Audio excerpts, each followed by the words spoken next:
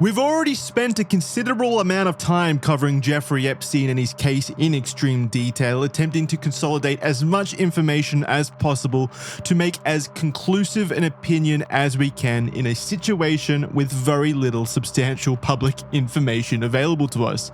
Mysteriously so, in fact. I think we've done as best a job as we possibly can on Red Thread here. You may disagree with that. That's your prerogative.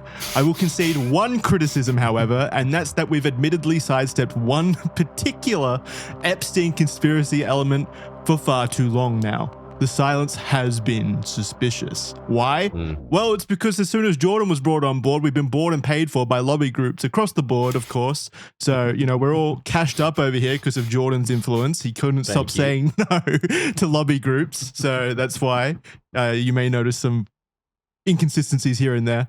No, yes. Of course, we're joking there. Jordan's a very honest boy. I'm an honest boy. But, everybody has their price. And as we all know on the internet, when it comes to conspiracy, all roads lead to Jerusalem. Yes, in reality, though, it's because this topic always necessitated a focused video on this one specific topic where we could lay out the information as directly as possible without having to divert attention to, other elements of the case, of the Jeffrey Epstein case. If you do want those other elements, they're of course available, including the case itself and the preceding cover-up. They're all available on Red Thread. You can listen to those. We've done two now. One about Donald Trump's involvement, potential involvement, as well as just the Epstein case in general. Those are both available. They're both vital watching material before diving deeper into this particular conspiracy. But this particular conspiracy is perhaps a conspiracy worth diving into. And what conspiracy is that? Well, it's the conspiracy that Jeffrey Epstein wasn't just a simple child predator. It wasn't even that he was connected to other powerful individuals who he would traffic underage children to in an expansive network of like-minded billionaire predators. This conspiracy is that Jeffrey Epstein is in fact an intelligence asset of Mossad, the intelligence arm itself of the state of Israel. So join us and let's get demonetized on this week's episode of Red Thread. Welcome, Jordan. Long little intro there. Welcome, Jackson. You excited about this week? I can't say I'm excited, but Not the right choice of words, no. I can say though, really? it has turned into a rather compelling rabbit hole to dive down into. Very interesting elements of this case that I think will surprise and intrigue a lot of people. I'm not going to say it's so compelling a case where it leaves very little doubt as to whether the claim is true or not, but I will say that there is enough elements in the story to make it worthwhile listening to. I think totally. Yes. First off, I'll say this as a little behind-the-scenes director's commentary.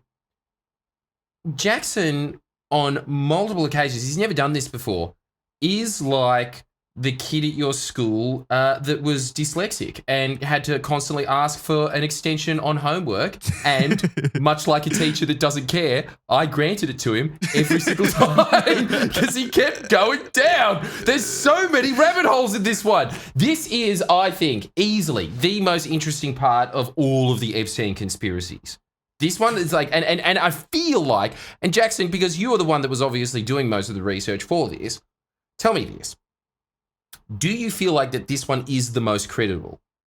Out of all of the conspiracy cases surrounding the Epstein scenario, yeah. I mean, just broadly, the idea that Epstein belongs to an intelligence agency itself, I think might be a bit fast, like a bit too beyond me saying that it's entirely believable that he belonged to an agency, as in they planted him there in the first place. But I think it's pretty conclusive at this point that he did at least interact with intelligence agencies. Whether or not that's just Mossad on its own or involving other agencies as well, that's up for people to decide. But what is pretty undeniable in my substantiated view of the case is that he did interact with intelligence agencies, yes. Yeah. And also on top of this, if you are from an intelligence agency, could you please think don't kill somebody? us? I mean, look, if you're going to do it in an exciting way. Just put Jackson's nuts up to a car battery. I'll be in the same room. And well, first off, I'll be aroused by it first. And second, like I'll see the pain and I'll squeal immediately. You know, like that'll shock him into silence. Well, it shocks my nuts into oblivion. So if you're going to do it, that's preferably what I would like from you, Mossad. But I will also say this: if you were going to be courting anyone for juicy goss in the most powerful place on planet Earth, you couldn't pick a better candidate than Epstein, could you? The man was a super connector. He knew everyone. Apparently, from all accounts, knew a little bit of everything about everything. Yeah. He was extremely wealthy, was always in all of the parties, was sort of a, like had the Playboy image. It's a perfect asset. Again, undeniable that he was connected to a lot of different people throughout his history in New York City. The question has always been, for me personally, not whether or not he knew or had blackmail on other people or was connected to other people. Again, I think the size of the network that he created, or the scale of the sex trafficking that he conducted, thousands of victims, as stated by Pam Bondi of the current administration, the Attorney General. The scale of crime here was so astronomically high that I just do not see a world in which there wasn't a hyper-connected group of people at play here, not just Epstein and Ghislaine. I say Ghislaine. I know it's pronounced Ghislaine, but at this point I'm too in deep on saying Ghislaine and trying to insult her as much as I can in my own petty ways. Yeah, so I will continue to say Ghislaine. Got him. No, but and you actually did that. I didn't even see it, even though that is exactly how it should be in English. Yeah. So yeah, you've done two great jobs this week. But the question was never for me, like, is he connected to other people? Does he have blackmail? Was he collecting information on people, or was he otherwise connected to people in the sex trafficking case? The answer has always been yes to me. I mean, there's just too much evidence there to suggest that he's involved with other people. The question was always, how did he even get to that position in the first place when his rise to power or rise to his prominence is so muddy and unbelievable, honestly, how high he rose on the back of very little public information as to how he got there. So it's always been an interesting and intriguing question to find out exactly how did he get his money. Because it has to be off the back of someone else. It has to be off the back of something else. If we're going to go down the rabbit hole of intelligence agencies, it has to be coordinated by someone. So yeah, it's always been a rather interesting little rabbit hole, that question as well. Yeah, because the other likely explanation for it is that he is, because this is just very good at networking, and maybe he was just brilliantly at that, and he was extremely lucky in the circles that he made it. I mean, there's always that 6 degrees of separation to talking to Kevin Bacon. So you could do it too, kids, and think that that is likely. But isn't it interesting that we are in a world where it's actually far more likely that intelligence helped him out? Because they could and do. They are just on record doing this. I think there was an example, a quote-unquote Argentinian or something that actually just turned out to be some Jewish guy from Israel, but he was just like, I'm from yes, and then just went into Egypt, infatuated himself with the entire power structure of Egypt. He was an intelligence asset. He was completely constructed. So it is not like Mossad doesn't do this. It's not like intelligence agencies don't do this. This is the entire basis of intelligence gathering. You have to have someone on the inside to gather that intelligence in the first place. And if you're going to insert someone into that scenario, you have to build them up into a reputable person in that area in the first place. That's why intelligence agencies create these personalities from thin air. Totally. Now, here's the big question, Jackson. Would you do it? It's a pretty damn good life. Yeah, I mean, apart from the crimes, yes. Like, I would like to think that. Do you have to do the crimes? Yeah. Is that part of the deal? Or is it like you can just sit there and rat on your friends A very noble profession. Isn't it incredible? That's your profession in life. Your friends. Sorry, go on. The idea in this particular situation, though, is collecting information on people and putting them in illegal situations where you then have information to rat them out on. So, yeah, you would have to conduct illegal stuff. Oh, so, okay, that is part and parcel. You can't just sit there and say, oh, here's a little insider tip on what Clinton's in his administration facilitate it for the next budget. You facilitate the blackmailing aspect of it. If you're talking about this specific case, the Epstein case in particular, then that is the crux of the operation. God damn, what an asset. I was saying to you before, we really cannot comprehend the behavior and the attitudes of the wealthy elite of the world because they operate on such a different paradigm to us, such a different code of ethics, even a concept of ethics. I used the example, right, before when we were on a phone call outside of the show, where I feel like the powerful elite of the world look at things like this as okay, so the example was like people like us, right? We get annoyed or scared, let's say, of parking tickets and stuff. So we will go out of our way not to break the road rules and park in illegal spots because we don't want the monetary fine. Usually, like that'll motivate us to avoid those scenarios. Whereas, due to just the overwhelming wealth of the powerful elite, that's just an expensive parking spot for them. Basically, those specific areas where you're not allowed to park, they'll take the fine because it means nothing to them. It is so inconsequential to them that laws and rules that apply to us just genuinely do not apply to them. They're a triviality. And I feel like they feel the same way about that. Some of them do, like Epstein, for example. They feel the same way about that towards things like sex trafficking and prostitution and stuff because they know that they have so much power and wealth and they're able to, coerce entire police departments with their information that they can just get out of these things very easily. And we saw that with Epstein.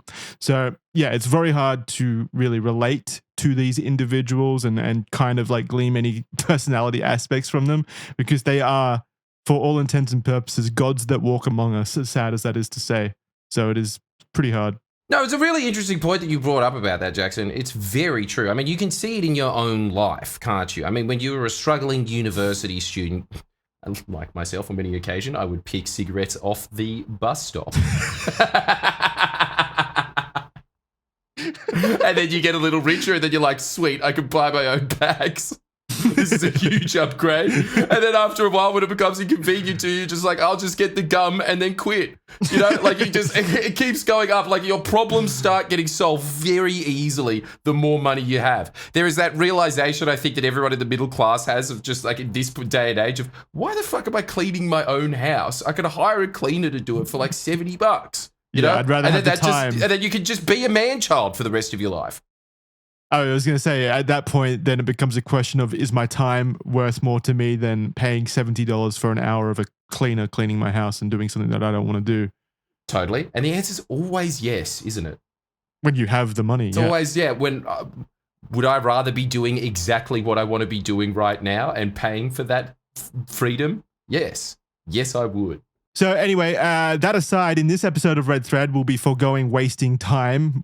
I mean, other than the time that we just wasted then, commenting on the basics of the situation. We won't even provide a summary. If you're listening to this, you know Jeffrey Epstein. If you don't, where the fuck have you been? Why are you clicking on this video? What a confusing aspect of your life where you're just clicking on random videos. Yeah, you know what he did. Everyone knows what he did. You don't need to hear his well-reported story again. We'll be focusing entirely in this episode on these main points. Number 1, Jeffrey Epstein's 2008 plea deal. Number 2, Ghislaine Maxwell's father's Mossad ties. Number 3, Epstein's perplexing financial success. Number 4, Epstein's connection to prominent Israeli state officials, including prime ministers. Number 5, former Mossad agents' accusations towards Epstein. And number 6, former Epstein associates' accusations towards Epstein, which all, in my opinion, paint a rather compelling image. Before we continue, though, on this very, admittedly controversial topic, we are dealing with a conspiracy. We should note that our discussion here isn't directed towards or against Jewish people. This is a discussion focused entirely on the state of Israel and the actions of its government and intelligence agencies, and of course, the connection to Jeffrey Epstein. We've taken information from credible sources and credible individuals with provable connections to Epstein, and this is not an excuse to exert anti-Semitism. So before you complain about that in the comments, no, this isn't anti-Semitism. We are literally commenting on actions of a state. We would do the exact same thing if it came out that Australia's intelligence agency was potentially connected to the Epstein case. We'd be the first ones to share that information with you. You can look at the information yourselves and come to your own conclusions. Everything is linked below in the show notes, so you can go read through the show notes, find our sources, read through those sources, verify them yourself, look into it yourself. You come to your own conclusion. That's what we always want on Red Thread. This is a discussion, and we take as much evidence as we can to determine our opinions and present our opinions, but ultimately the conclusion is up to you. So do your due diligence if this is something that interests you, and go read through the research. It's all linked in and sourced in the document attached to the episode. I think we've done a fairly good job at being as professional as we can in this situation, and as professional as we can given we are Red Thread and we are rather immature, let's say. So that's the best we can do. That's the best we can do, God damn it. Before we start, a quick word from our sponsors of this episode. As a man who spends a lot of time recording and researching things late at night, like right now at 5 a.m., I've got to keep my energy up, which I've historically found to be a pretty difficult task, actually. Something that probably a lot of you out there can relate to in this day and age. With all of the Epsteins out there running the world, it does feel pretty tiring. One thing that has helped me substantially in my pursuit of infinite energy, though, is AG1. Yeah, this bad boy contains 75 plus vitamins, minerals, probiotics, and superfoods that support your whole body. One scoop stirred into cold water downed each morning gets you the supplement boost that'll have you and your body feeling good. And for me, it kickstarts my day, and I've felt the energy uplift from the very moment that I've woken up from those many, many different nutrients that they cram into this bad boy. I wake up each morning, and it's part of my ritual. I head out to my kitchen, I pour my AG1 into a cup, fill it up with cold water, stir it around, and then into my belly it goes where it belongs. And before you ask, yes, it does taste great. I was scared of that as well when it comes to supplements, since I've tried other supplements in the past, and none of them have tasted good up until AG1. Very easy to take, no concerns or issues there. It's got the Jackson stamp of approval in terms of its taste, texture, profile. It is beautiful. So start giving your body the nutrients it deserves. Just head to our link, drinkag1.com/redthread, to subscribe for less than $3 a day. If you use our link, you'll also get a free welcome kit with a shaker bottle, 5 AG1 travel packs, and more with your first purchase. That's drinkag1.com/redthread. That's the show. It's linked below. You will find the link below to go to the AG1 store where you can have a look at AG1 stuff. And yeah, I highly recommend you do, because it has been a giant benefit to my life at the moment, and it will continue to do so for a very long time. So thank you to AG1 for sponsoring this episode. And now, for the first time in Red Thread history, Jordan has something to share. Hey, remember the doctor's appointment that you forgot about until I mentioned it right now? Oh, that's right, you didn't go, did you? Shame on you. Now that rash will consume you and kill you like Google says that it will. Or, hey, maybe you want to book yourself a nice dental visit that you're supposed to do biannually, but let's be honest, guys, we do it bi-yearly. Hey, if you're in the same boat, because it's all too hard, I've got news for you. There is a brand new app, and it's free. It's called Zocdoc. It allows you to search and compare high-quality, in-network doctors that you can book an appointment for faster than this ad takes for you to consume. It even allows you to filter doctors that take your specific insurance, are near you, and are well rated for your specific ailment. Once you find the right doctor, all you have to do is see when they're available, and then obviously you show when you're available, and then beautiful things happen. You're booked in. It's that simple. I'm telling you, the next time that I have one of those rashes, and let's be honest, with my lifestyle, it's not going to be that long until I need to go and book this. But when I do, honestly, I am going to be using Zocdoc. So stop putting off those doctor's appointments that you know you should be attending. Go to Zocdoc.com/redthread and book an appointment for that doctor that you should be seeing right now. That is zocdoc.com/redthread, zocdoc.com/redthread. Thank you very much to the sponsors for making it possible. Really do appreciate you guys. Big thanks. We'll start now with the 2008 case and the sweetheart deal, which we've talked about in the past, but we're going to further elucidate a few points about this one because I do think it is important to the overall question.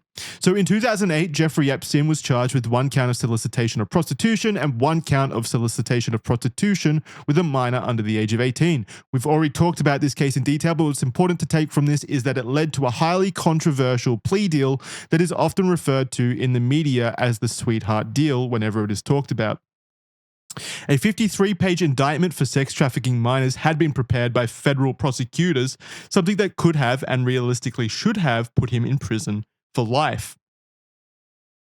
Even though the indictment ascertains that Epstein was guilty of sex trafficking and statutory rape, Epstein was not sentenced to life in prison, and instead he negotiated a plea deal that saw him spend around 13 months in custody of which, as we reported, was comfortable for Epstein, given various arrangements that saw him allowed to leave the prison for, in quotation marks, work. The top federal prosecutor in Miami, Alexander Acosta, at the time, shared breakfast with attorney Jay Lefkowitz in October of 2007. They were at the Marriott at Palm Beach, and Lefkowitz needed this meeting to go well, as he was representing the multimillionaire Epstein. Lefkowitz was a partner at Kirkland & Ellis, a firm that Acosta himself previously used to be a partner at. Despite the mountain of evidence, witnesses and testimonies, Lefkowitz and Acosta struck a plea deal. And again, there's a certain amount of evidence here and testimony, especially when you account for most of this information Ghislaine Maxwell was found guilty of for the same evidence. So there's no question really that Epstein would have been found guilty if the prosecution did its job and prosecuted him to the full extent of the law. He would have been found guilty. That's undeniable. And yet they opted to instead orchestrate a plea deal, which is a very odd maneuver or a very odd thing to do when you factor in the scale of the crimes committed.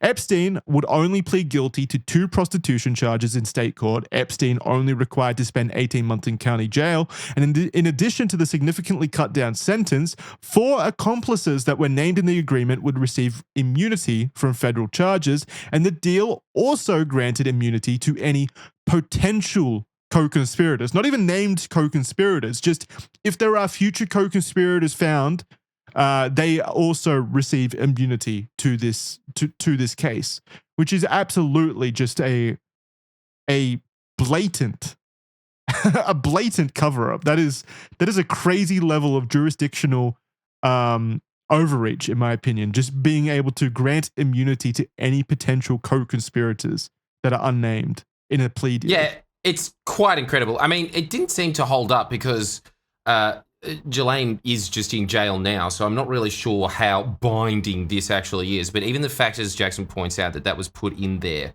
This is pathetic. That is a really sad version of, like my friends on the internet. But like that point there, you listen to a bunch of legal experts talk about that. And they say that sweetheart deal doesn't even begin to describe that. That is something that is unheard of. The leniency might even be a first in the entire American legal system history, especially when you're talking about very serious sex crimes, that all potential co-conspirators are let off. You usually look at plea deals as a way, and this is the way I understand them in the legal system, as a way to cut down on basically legal wastage. Like if you know that it's a done deal, you don't want to waste the court's time or put victims at further duress by having to provide testimony, then you utilize a plea deal to, trim off maybe a year or 2 off a sentence in order to just rush the lawsuit, the court proceedings through, so that there's no wastage and there's no victims that are further traumatized by having to testify. Yeah, or you're trying to get a bigger fish. Or that, yeah. If there was information available to us that indicated that they were trying to further investigate other leads, or the people orchestrating this from the first place, then sure, I could maybe understand that. I cannot understand how lenient his sentencing was, and I can't. If you're going to do that, then you don't then also put in the plea deal, and the people that we're investigating that are complicit in this are also immune from further prosecution. Letting the big fish off in the future. It's incredible, isn't it? It's reverse fishing. Yeah, it's antithetical to the entire premise of the hunt. So no, that doesn't even make sense. So yeah, very strange. Yeah, that's incredible. Situation. Now that you pointed it out, you're right. It's like they have deconstructed the point of a plea deal and given it for that reason. Remarkable. The prosecutor in this case, Acosta, had to be compromised to some degree himself, whether just through being exerted pressure upon from a top, because there's no way that a prosecutor would do this out of just goodwill or the goodness in his heart. Again, that's antithetical to prosecution. This case that I've been working on for 5 years. I want to throw all of that away. Well, in the most annoying way possible, please. Huh? Also, it's just a lot of risk on the prosecution's part to do something like that when there are actual child victims involved in this. That obviously, if this becomes public and we took a plea deal that gave a convicted pedophile leniency to this degree, that's a bombshell in of itself, and a very dangerous situation for that prosecutor, which means that there had to have been substantial pressure exerted on him to do such a thing, in my opinion. Especially when it was so open and shut. There was no real murkiness in this case. No, it's not like there was a 50-50 chance that the prosecution could lose this case or anything like that. This was absolutely... No, this was in the bag. Yeah, 100%. Which is why Epstein's lawyers were so intent on trying to secure a plea deal in the first place. So anyway, you cut down, blah, blah, blah, blah, blah, blah. Acosta also agreed, despite this not being legal, to hide the existence of this deal from the victims of Epstein, meaning it could pass secretly without any attention or disruption. Alexander Acosta's judgment and decision on the plea deal was reviewed by the Department of Justice in 2019, where they concluded he exercised poor judgment. When he did not reveal to Epstein's victims the plea deal, so specifically that point, not necessarily the point of making the plea deal in the first place. This indictment towards Epstein was unsealed by federal prosecutors in Manhattan in July 2019, and less than a week later, Acosta coincidentally resigned from his position. Ultimately, the DOJ said that the decision and plea deal was within Acosta's scope of authority, and they did not find evidence that it was made out of corruption or considerations like Epstein's wealth, association, or status. They concluded that the breakfast meeting did not lead to the agreement or benefit Epstein, but they did say that Acosta made a premature agreement before significant investigation steps were completed, and that multiple terms of the agreement were unusual and problematic. There's a quote here that says, Acosta left victims uninformed about an important proceeding that resolved the federal investigation, an investigation about which the USAO had communicated with victims for months. It also ultimately created the misimpression that the department intentionally sought to silence the victims. So again, they frame it more so around the idea that not telling the victims was the bad element of this situation, and not the fact that the plea deal was both unnecessary and also highly beneficial to Epstein, which I think is probably the more confusing part of this. Obviously, him avoiding telling the victims was because he knew that this was not a good plea deal and that he needed to rush it through without outside scrutiny. So the foundational issue there is just the lack of quality in terms of the plea deal. Like, that's a bad plea deal. I don't know. It's something that every single time you read anybody talking about this, them saying, them just endlessly highlighting how truly unique this plea deal is. And the fact that really what he seemed to get was the same treatment that you would have for, financial crimes. That seems to be the case. We're talking about sex trafficking a multitude of children. Yes. A multitude of children, which is very different to financial crimes.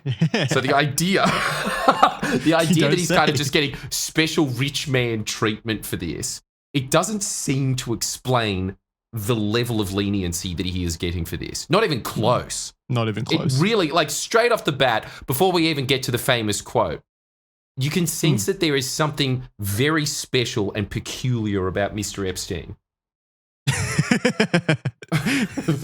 What a wonderful way of putting it. The Curious Case of Mr. Epstein. Sounds like a movie from the 2000s. Doesn't it? Yeah, a children's movie. How fitting. How fitting. So you may be wondering why Acosta, the lead state prosecutor, would back off a high-profile case like this of the multi-millionaire socialite with substantial evidence indicating he was actively sex trafficking children for decades up until this point. Luckily, we have an indication as to why in the reported testimony from Acosta himself. When asked during an interview for the Labor Secretary job under Donald Trump's first administration if the so-called Epstein case was going to cause a problem for confirmation hearings, Acosta explained that he had been told to back off from the prosecution. The central reason we bring this particular point up in this episode is due to his quote, the now famous quote, "I was told Epstein belonged to intelligence and to leave it alone." Damn. I mean, that is self. Damn. Every time I hear that, you know, it's so blatant. Man, you know what? This is how you lose your mind and become insane and do become a conspiracy nut. As soon as you start focusing on intelligence agencies, because look, your entire job, essentially, as you pointed out, is sort of like an information merchant. On top of that, the second point of being like in the information industry is hiding the fact that you know this information. It is just endless secrecy amongst themselves. It must be an infuriating and scary place to be, even if you're like professionally in there, right? Like even if you just work at the CIA, walk in every day in your business suit, everyone there is trained in the art of espionage and intrigue. It must just be like living in a 1700s aristocratic palace in Europe on steroids, because it's actually their job to behave like that. Does anyone at all assign any kind of ethics or morals to these intelligence agencies? Because for some reason, people think that it's so unbelievable that an intelligence agency is involved in this particular case, when in fact, intelligence agencies have done things like this since their inception. So they really do not have morals or ethics that we can judge them by. Like we constantly, how many conspiracies revolve around the CIA just in the 1950s and 60s alone? And and what we just act like other intelligence agencies across the globe aren't capable of the same things. I don't understand why people would pretend that.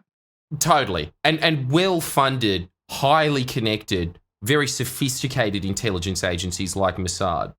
Yeah. It would be up there with, Interpol and MI6. It's absolutely like elite tier intelligence agency gathering, as well as the fact that Mossad operates in a near constant war zone, so it's ever ready. Well-funded. The connections and links that it already has. It's incredible because... And like you said, they're in a state of war. They have the incentive, let's say, to do ever-increasing bad things to ensure their existence and survival. If you're in a state of war, all bets are off. Yeah, and but by the very nature of being an intelligence agency, it sort of is already, while walking through the door, you've kind of just made the bargain that I'm going to do bad in order to do good. That's your starting base. What's interesting, right, is intelligence agencies don't ever stop doing bad things. Like in wartime, yes, they do increasingly bad things directed towards their opponents. But in peacetimes, as we've seen with the US and the CIA, they consistently still do bad things. It's just this time it's aimed at a domestic audience. Like they focus at insular, which has always been interesting to me. They never stop doing the bad things. They just direct it to a new audience. Totally, yeah. They always need an enemy. Constantly. Yeah. I suppose just to justify yourself, and also you probably start to have like a very paranoid outlook anyway if you just existed in that scape. For many reasons, because internally you would have a bunch of enemies as well. Look, it would just be living in an endless fractal kaleidoscope. It honestly sounds like it would just send you mad on the outside. And then anyway, looking into it on the inside, the whole thing is, because intelligence agencies, basically their job is to cover their tracks, you never really ever, as you've just infuriatingly learned with this case, Jackson, you never ever get the concrete, solid proof with any of this stuff. But it's always almost, you can almost touch it. It's nearly there. It's almost tangible. Yeah, that's 100%. But what do you expect when you're dealing with intelligence agencies? They're the masters of the information. Of course, they are pretty adept at scrubbing that information clean. Of course they are. Yeah. It's honestly just, I can't remember the book. I think I was talking about it on the Whitlam episode. I've read it like a year or two ago, I think, at this point.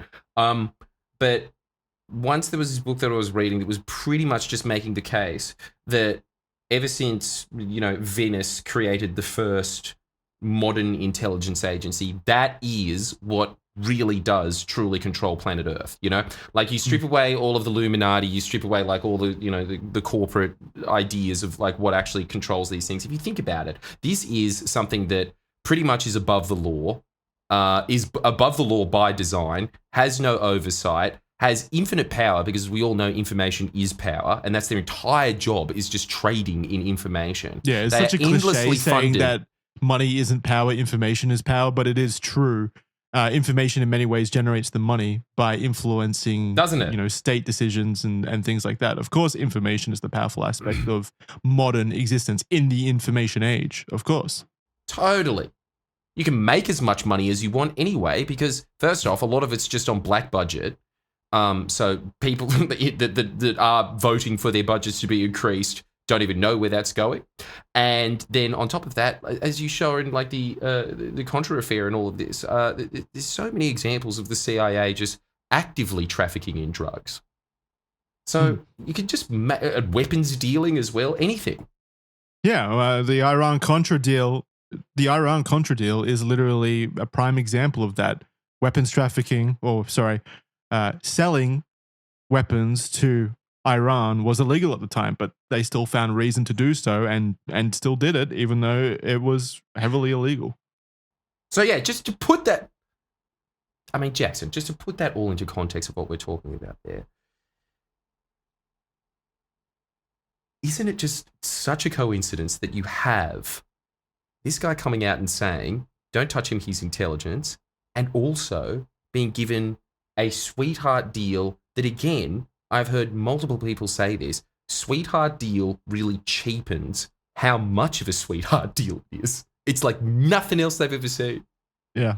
Anyway. It's too convenient. It's way too convenient. Yeah. So this whole Acosta situation forms the basis of the argument that Epstein was involved to some degree with intelligence, whether or not that was the CIA or Israel's intelligence agency, Mossad, or even both. Or even, it could be North Korea's intelligence agency at this point. We don't know for sure yet. It is up for debate at this point when Acosta said that. Regardless, it certainly seems like there is a strong basis to suggest that Epstein was involved with intelligence organizations based entirely off that quote. But we do go deeper. Let's now talk about a man named Robert Maxwell. Robert Maxwell, who curious listeners out there might have gleaned from his last name, is the father of Ghislaine Maxwell, Epstein's co-conspirator. Robert Maxwell, born Jan Ludwig Hyman Benjamin Hock, or Abraham Lobby Hawk. I've seen both reported. I'm not sure which one is true. His true birth name. As you'll come to find out. Do we even need to read the rest of these paragraphs? He obviously is linked to intelligence. Isn't that incredible? His name is either a bunch of made-up words that I'm sure isn't like even in any language. It just sounds like gibberish. Jan Ludwig Hyman Benjamin Hock, or possibly Abraham Lobby Hawk. It's either the most made-up name or the most American name. Which one is it? I don't know. It's so funny. Yeah, you'll find out with this guy, he has a lot of different names throughout history, which is a rather compelling indication that he may or may not be a intelligence asset himself. Because, Jackson, I'm assuming that your name also isn't like Baron von Ludwig Vandenberg III, right? Like, you just have Jackson on the birth certificate. There's I don't know anyone else that's like, oh, you can also call me these 6 names as well if you like. It's never a good sign when you're obfuscating your identity to that degree. So he was the father of convicted sex offender Ghislaine Maxwell, who herself was Epstein's long-term girlfriend. He was born in Czechoslovakia, now Ukraine, in 1923 to a poor Yiddish-speaking Orthodox Jewish family. At the age of 12, he joined what is known as the B'atar movement, which was a Jewish Zionist movement. I say was, it still is. They're still pretty prominent now to this day. Also, he had aspirations fairly early on of becoming a rabbi, from what I understand. His parents wanted that of him. It didn't come to fruition due to obviously what was happening in the world at the time. Life was disrupted as a teenager due to World War II, with Robert hiding his Jewish identity and enlisting in the Hungarian resistance, working as a spy. He was captured and put into a windowless cell for months before escaping on the way to his show trail, which would have been his death sentence. He went on to join the French Foreign Legion and moved to Liverpool, England. During this time, his family was sent to Auschwitz and did not survive. Robert changed his name many times before landing on Ian Robert Maxwell. In fact, even when he found his way to England, he went by the name Ivan Leslie du Maurier, like a French name. Ivan Leslie du Maurier and Leslie Jones, so 2 different names, before eventually landing on Robert Maxwell when he married Elizabeth Maynard in France. In the 1940s, British intelligence agencies tasked Maxwell with acting as a liaison officer with Russia, like liaising between the 2 countries. He was directed to partner with a German publisher under the act of selling scientific journals that were previously published under the Third Reich. However, in 1951, Maxwell took ownership of that very German publisher, Butterworth Springer, which he quickly changed to Pergamon Press. This action is presumed to be motivated and funded by an MI6 operation that was itself funded by Sir Charles Hambro, who himself was the director of the Bank of England. So already immediately with Robert Maxwell, we have a life of espionage funded by intelligence agencies who themselves were funded by big banking institutions in England. So already a lot of big money is involved in Robert Maxwell's life. A lot of espionage is already involved in Robert Maxwell's life. He is, for all intents and purposes, already an intelligence asset at this time. Look, you got to say, as I was saying at the beginning of this already, look, I know that we're probably going to get into some pretty heavy stuff, probably 2 sentences after I say this, but Jackson, come on. It's a cool life. Holy hell. He's done so much.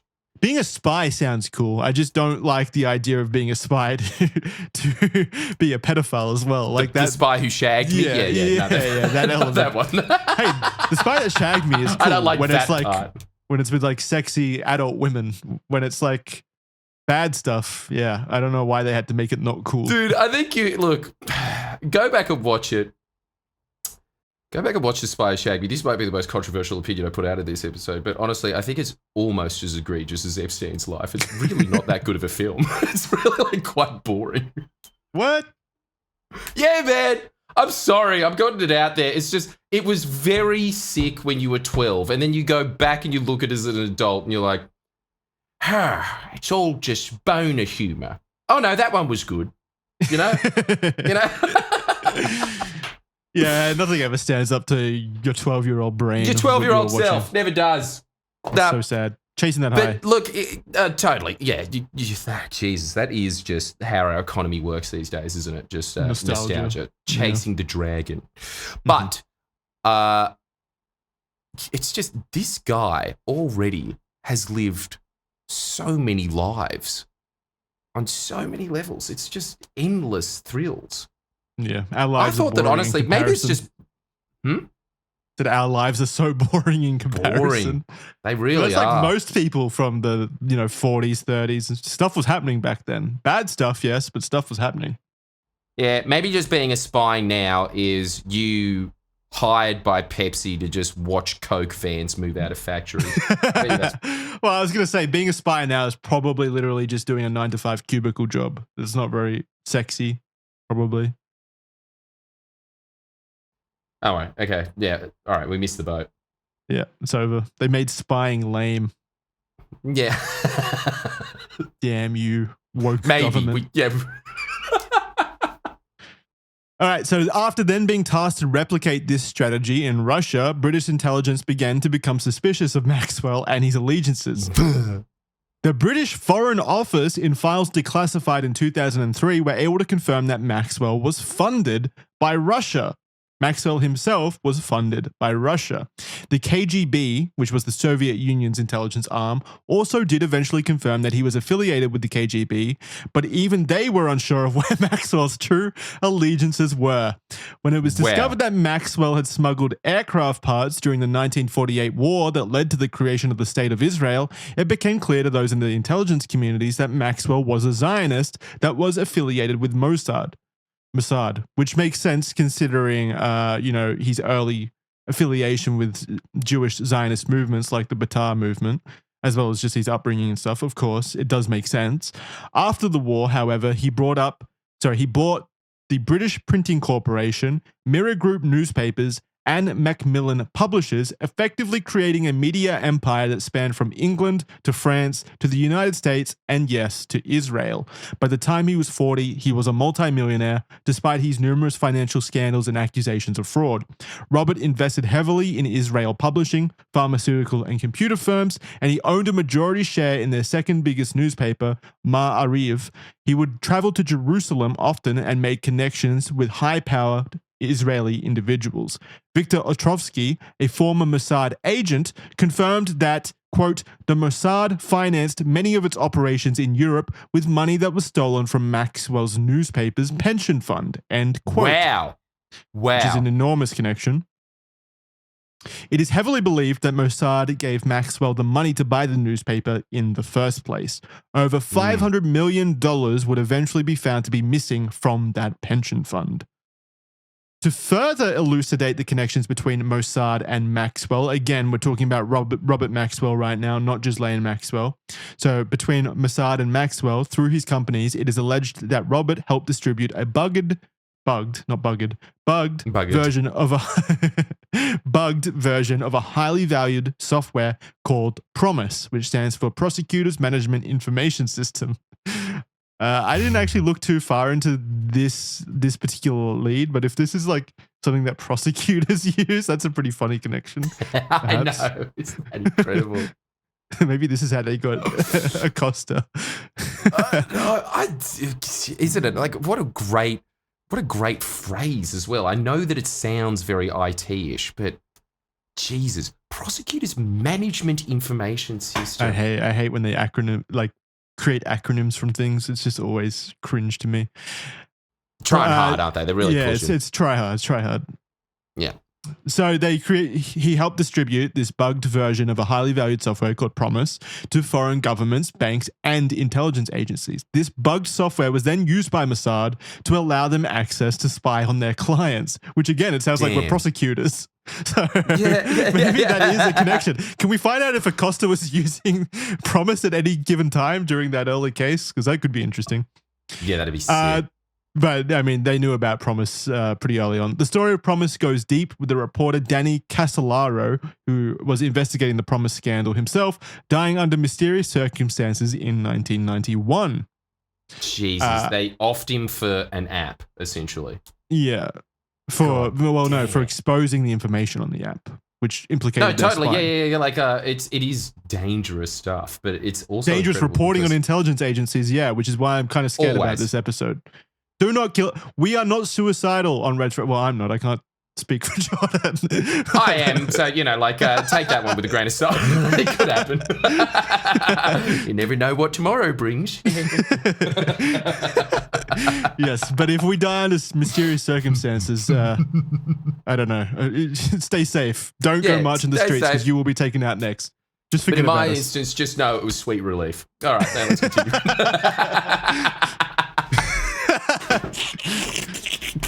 Mossad's doing Jordan a favor. So he was also accused of being tied to the Mossad abduction of Mordecai Vanunu, a former nuclear technician and peace activist who revealed to the world the extent of Israel's nuclear weapons programs to British media. So Mordecai was lured to Italy by Mossad, where he was then abducted and taken back to Israel, where he faced a closed-door trial and sentenced to 18 years in prison, which for those keeping track, that's 18 times the amount that Jeffrey Epstein was in prison to. God damn. Sex trafficking children. 11 of these he served in solitary confinement, so he wasn't, allowed out to go work on things like Jeffrey Epstein was as well. Even after he was released, Vanunu is restricted and monitored, not allowed to talk to foreigners or move, and has been arrested several times for violating parole. And all of this for exposing Israel's nuclear programs, which were a big deal at the time, certainly. So it is alleged that this is how it connects to Robert. It is alleged that Robert tipped off Mossad about Vanunu in 1986, the same year as his abduction and arrest. It is also alleged that Mossad would supply Maxwell Robert Maxwell with prostitutes, where they would then secretly film him at the hotel he was staying at with said prostitutes as blackmail to maintain Maxwell's services. What a strange tactic. I wonder if that was ever utilized again. Wow. It's all starting. Holy hell. So this is like, okay, so this is 1986. Mm-hmm. This is, this is when Epstein was in his prime. This is Ghislaine, and Ghislaine Maxwell's dad. Like, she is part of the elite. She had all of these connections into the elite, and her dad is this man.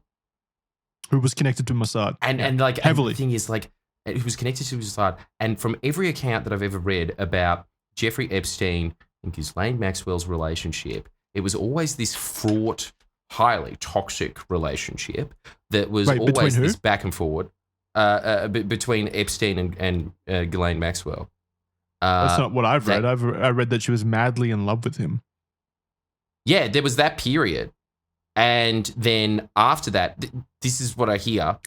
After that, it was sort of just like it would go in and out of convenience to fraught passion to utter hatred. And they always stuck around each other, regardless of like these massive roller coasters of up and down in their relationship. I think she depended on him for a lot of her own wealth at that point. Yeah. Yeah, but like, why does he want to stick around? As we all know, he was a massive playboy. Yeah, that's true. Literally any woman he wanted in the world. The argument is obviously that she helped facilitate his crimes. She was the one that, provided the underage children to Epstein. And that's how she remained herself indispensable. I get that. Yeah. But as we all think, right, that there was probably far more people involved in this trafficking system than just her. Was she really that indispensable? Well, would you really want to cut her out when she is then, after that point, a loose thread, a potential risk? But there's humane ways of doing that to make sure that she shuts up. Take her to a farm upstate, is that what you're saying? Hey, she's a classy lady, an estate. Yeah, clearly very classy.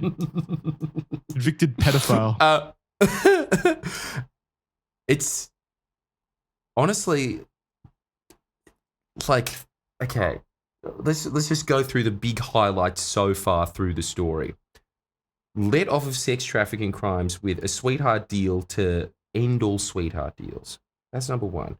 Number two is this woman that he found indispensable throughout his entire life. And there was, by all accounts, apparently very few people that he did find indispensable because he was just a networker. He was always moving and shaking around people. She remains there. This is her father. Huge, massive links to intelligence across the world. Yeah, there's got to be something there. There has to be. It's too much connection already, and we haven't even really begun. Damn. Sorry for the interruptions, everybody. It's incredible, though. It's really, really interesting. It is incredibly interesting. So Robert had a meeting scheduled with the Bank of England in November 1991 to discuss being unable to pay for his $50 million loan. He decided not to go to the meeting, instead taking his yacht, named after his youngest daughter, the Lady Ghislaine, which, by the way, he had, off the top of my head, I think he had 9 children. So the fact that he named his yacht after Ghislaine is rather interesting. Clearly, she was the apple of his eye, and probably the favorite child, the youngest child.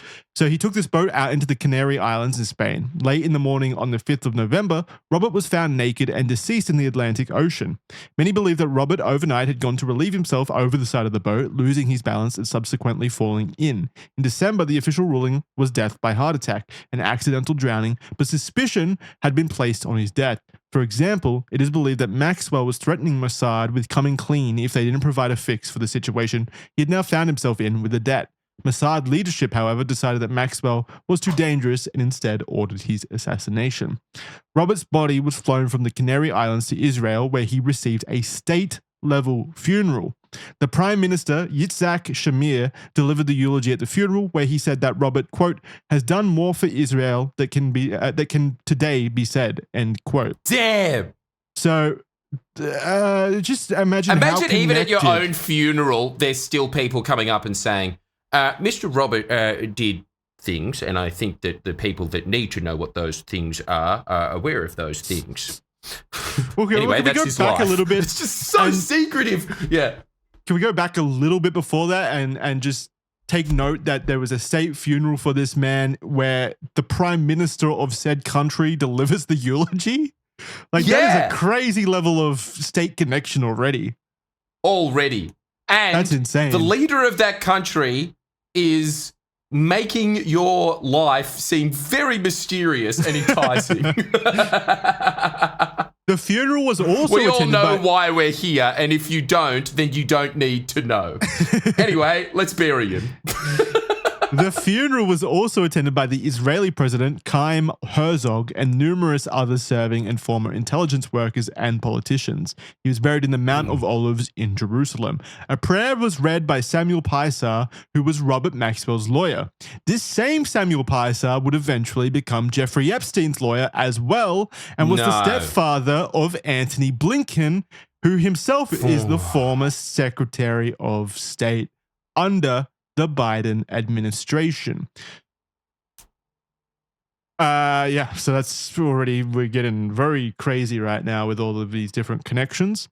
Regardless, to wrap up this chapter and to point it back towards the purpose of its inclusion, it is almost undeniable that Ghislaine Maxwell's own father was connected to Mossad heavily. They funded his success. He was involved in the intelligence community for most of his life, and he was heavily involved with the state of Israel. And remember, both MI6 and the KGB both came to the same conclusion that this man was involved. His loyalties lay with Mossad, and that's why they disavowed him. So, yeah, already there's a lot of noise here. So there exists the idea that this connection between Mossad and Robert Maxwell and the connection between his daughter Ghislaine Maxwell and Jeffrey Epstein gave Mossad access to Jeffrey Epstein as a potential asset that they could then utilize in a similar fashion as they utilized Robert Maxwell in the United Kingdom. It would just this time be conducted on American soil in New York with New York's most well-connected financier. And now we're going to segue into Epstein's financial success. That very prominent point that we brought up at the very start of the episode, which I found very interesting, is how did Jeffrey Epstein become the successful, powerful individual that he was in the 80s and 90s? So Jeffrey Epstein was a very rich man, a multi-millionaire sex offender. At his death, his net worth was approximately $560 million, which, by the way, is a very odd number for him to land at, considering Robert Maxwell had defrauded his company's pension funds for the very same amount. I think that's just that's just a what do you call it? Coincidence. A coincidence, or is it? Yeah, that's where all the money went from the pension fund was to Jeffrey Epstein. No, I think it was a coincidence, but still strange. Still, what a coincidence. Yeah. And there's a lot of those flying around, isn't there?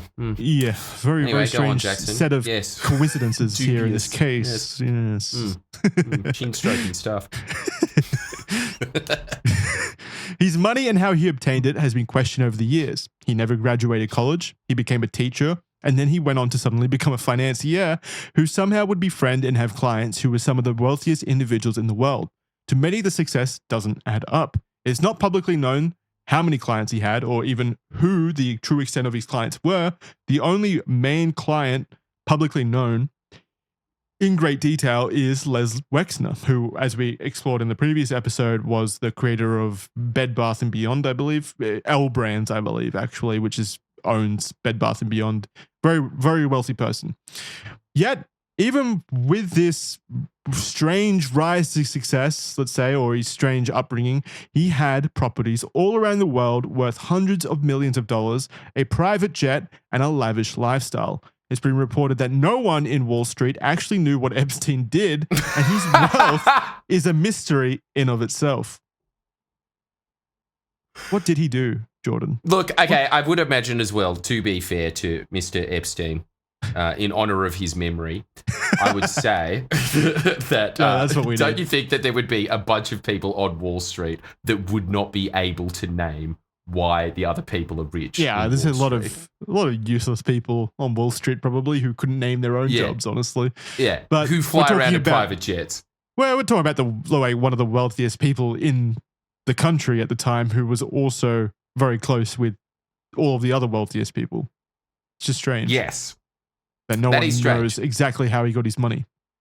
It doesn't know exactly how he got his money. When I come to how Mr. Epstein did get his money, the other theory that I think is plausible, I do think that the Mossad one is plausible. I'm not denying that one as of yet. I'm keeping an open mind, even though I already thought this beforehand. But I will also say that it is also possible to me that he was just able to suck up to Les Wexner. Les Wexner was a loser. We know this publicly. Seems to be heavily autistic or something. Could not strike up a conversation with a woman to save his life. Has all this money himself. Epstein is able to just link him up with all the women that he could ever want. And so as a result of that, they become very good friends. And when you are friends with extremely rich people, you just have to understand something, right? Like in our circle of friends, when you do a favor for someone, it's like helping them change their spare tire. If you're a really good friend, usually it's just dropping them off at the airport. But as soon as you get into the billionaire status, you're just like, yeah, I'll send a limo over for you to drive you to the airport. And then you just be like, oh, wow, limo. And they'll be like, yeah, it's yours from now on. You know, like just because of the magnitude of wealth that you have, you can rise someone up very quickly. Yeah, so I will just say this as another thing. I think it is also possible that he just made his money because he's really, like, when you get into those circles, that in itself is just the value, just knowing these people, you know? Yeah, I get that, except the scale of his wealth isn't just like a limo ride here and there. It is literally the same as Leslie Wexner. Yeah, it's not one of those many guys that seem to hang around Jake Paul and Logan Paul when they're filming vlogs and have hats backwards. And it's like, I'm sure they've got a room in the mansion. There's some perks. This is more deep than that, I think. But yeah, it's totally a possibility that he did just mosey up to very wealthy people and they paid him handsomely for that. I don't know. I don't know. So there were a few theories that have surfaced surrounding Epstein's financial wealth, like running a blackmail operation against powerful individuals complicit in his crimes, having evidence of these elite individuals through surveillance in his homes, where he would then blackmail them for large amounts of money, not dissimilar to Mossad's tactics with Maxwell and the prostitutes. Most relevant to this episode, however, is the idea that intelligence agencies funded and controlled the blackmail operation conducted by Jeffrey Epstein, and that he was afforded his lifestyle by the graces of those intelligence agencies. And again, the intelligence agencies themselves propped up Robert Maxwell in the same way. Remember, they gave him the money to basically buy his publishing empire so that they in themselves were, or they had the man inside the public media, basically controlling the dissemination of information. It's not, again, it's not unbelievable to think that the intelligence agencies do just spend a lot of money propping up these people in these industries so that they can be an asset of theirs. 100% it's not. It's totally believable. I mean, if you're doing it to the media, I suppose the media does have its own special powers. If it was a magic card, it would be pretty OP. But Wall Street as well, who'd have guessed, is quite powerful. So it's totally likely that they're doing it. Mm-hmm.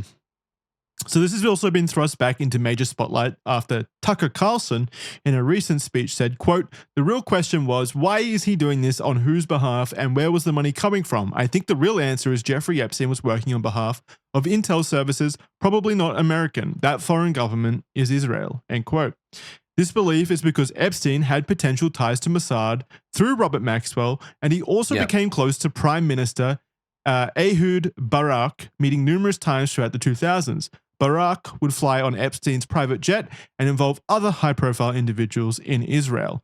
And this is a quote from former Israel Prime Minister Naftali Bennett, which is a very recent quote, distancing the country, the state, from Epstein. Quote, "As a former Israeli prime minister, with the Mossad having reported directly to me, I say to you with 100% certainty, the accusation that Jeffrey Epstein somehow worked for Israel or the Mossad running a blackmail ring is categorically and totally false. This accusation is a lie being peddled by prominent online personalities such as Tucker Carlson, pretending they know things that they don't," end quote. Which again is totally... He would say that. Yeah, I mean, of course, the state who's being accused of this, and the intelligence arm that is being accused of this would throw their hands up and say, "Nuh-uh, of course." But I do have to also say that it is, of course, a possibility that Israel is not involved in this. Personally, I don't buy it, but that's up to you to decide at home if you believe former Israeli Prime Minister Naftali Bennett or not. That's up to you. If you're wondering how this connection between Israel, Mossad, and Jeffrey Epstein was fostered, the obvious link is with Robert Maxwell and his daughter Ghislaine. For this to have happened, though, Jeffrey Epstein would have needed to have been involved with Ghislaine before Robert's death in 1991. This is where it gets rather compelling, due to the media's insistence that Ghislaine and Jeffrey only really knew each other during the 90s. That's always been what was reported. However, a former intelligence agent by the name of Ari Ben-Menashe claims that he had several meetings with Jeffrey Epstein in Robert Maxwell's office during the 80s. Ari Ben-Menashe was himself a former Mossad agent who was arrested and imprisoned in America for actions he undertook in his role as a Mossad agent. He was then acquitted from the crimes when a jury accepted, on review of evidence, that he had acted on behalf of Israel as an Israeli agent. In 1992, as well, Moshe Habroni, himself the deputy director of the Military Intelligence Directorate of Israel, so again, the intelligence arm of Israel, told a journalist that Menashe had worked directly with him. This is all to say that Ari Ben-Menashe is a credible witness, and it's extremely interesting that he has alleged that Robert Maxwell and Jeffrey Epstein were connected. So we've established that Robert Maxwell and Mossad are connected. And now we've also kind of established, I mean, I guess you can still claim that Ari Ben-Menashe is lying, perhaps for some reason, but I believe he's a credible witness.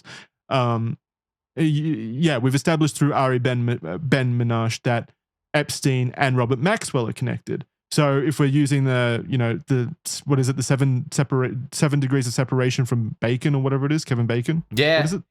Yeah, you're down to 2, baby. Yeah, we're down to 2 2 degrees from bringing home the bacon. Exactly. That's pretty incredible already. And look, Jackson has names, he has numbers, and he is kicking ass, and we are only halfway through. Look, at this point, it's a foregone conclusion. Now, I do understand that I already had this conclusion in my mind before. Yeah, this is confirmation bias. They're a very easy target But it really audience. doesn't make me think, if I think about it. It's truly, this is a piece of information that I've never heard before, actually. The fact that they've already just linked, oh my God. From a credible source who himself was a agent of Mossad who was acquitted from crimes when a jury accepted that he had acted as an agent on behalf of Israel.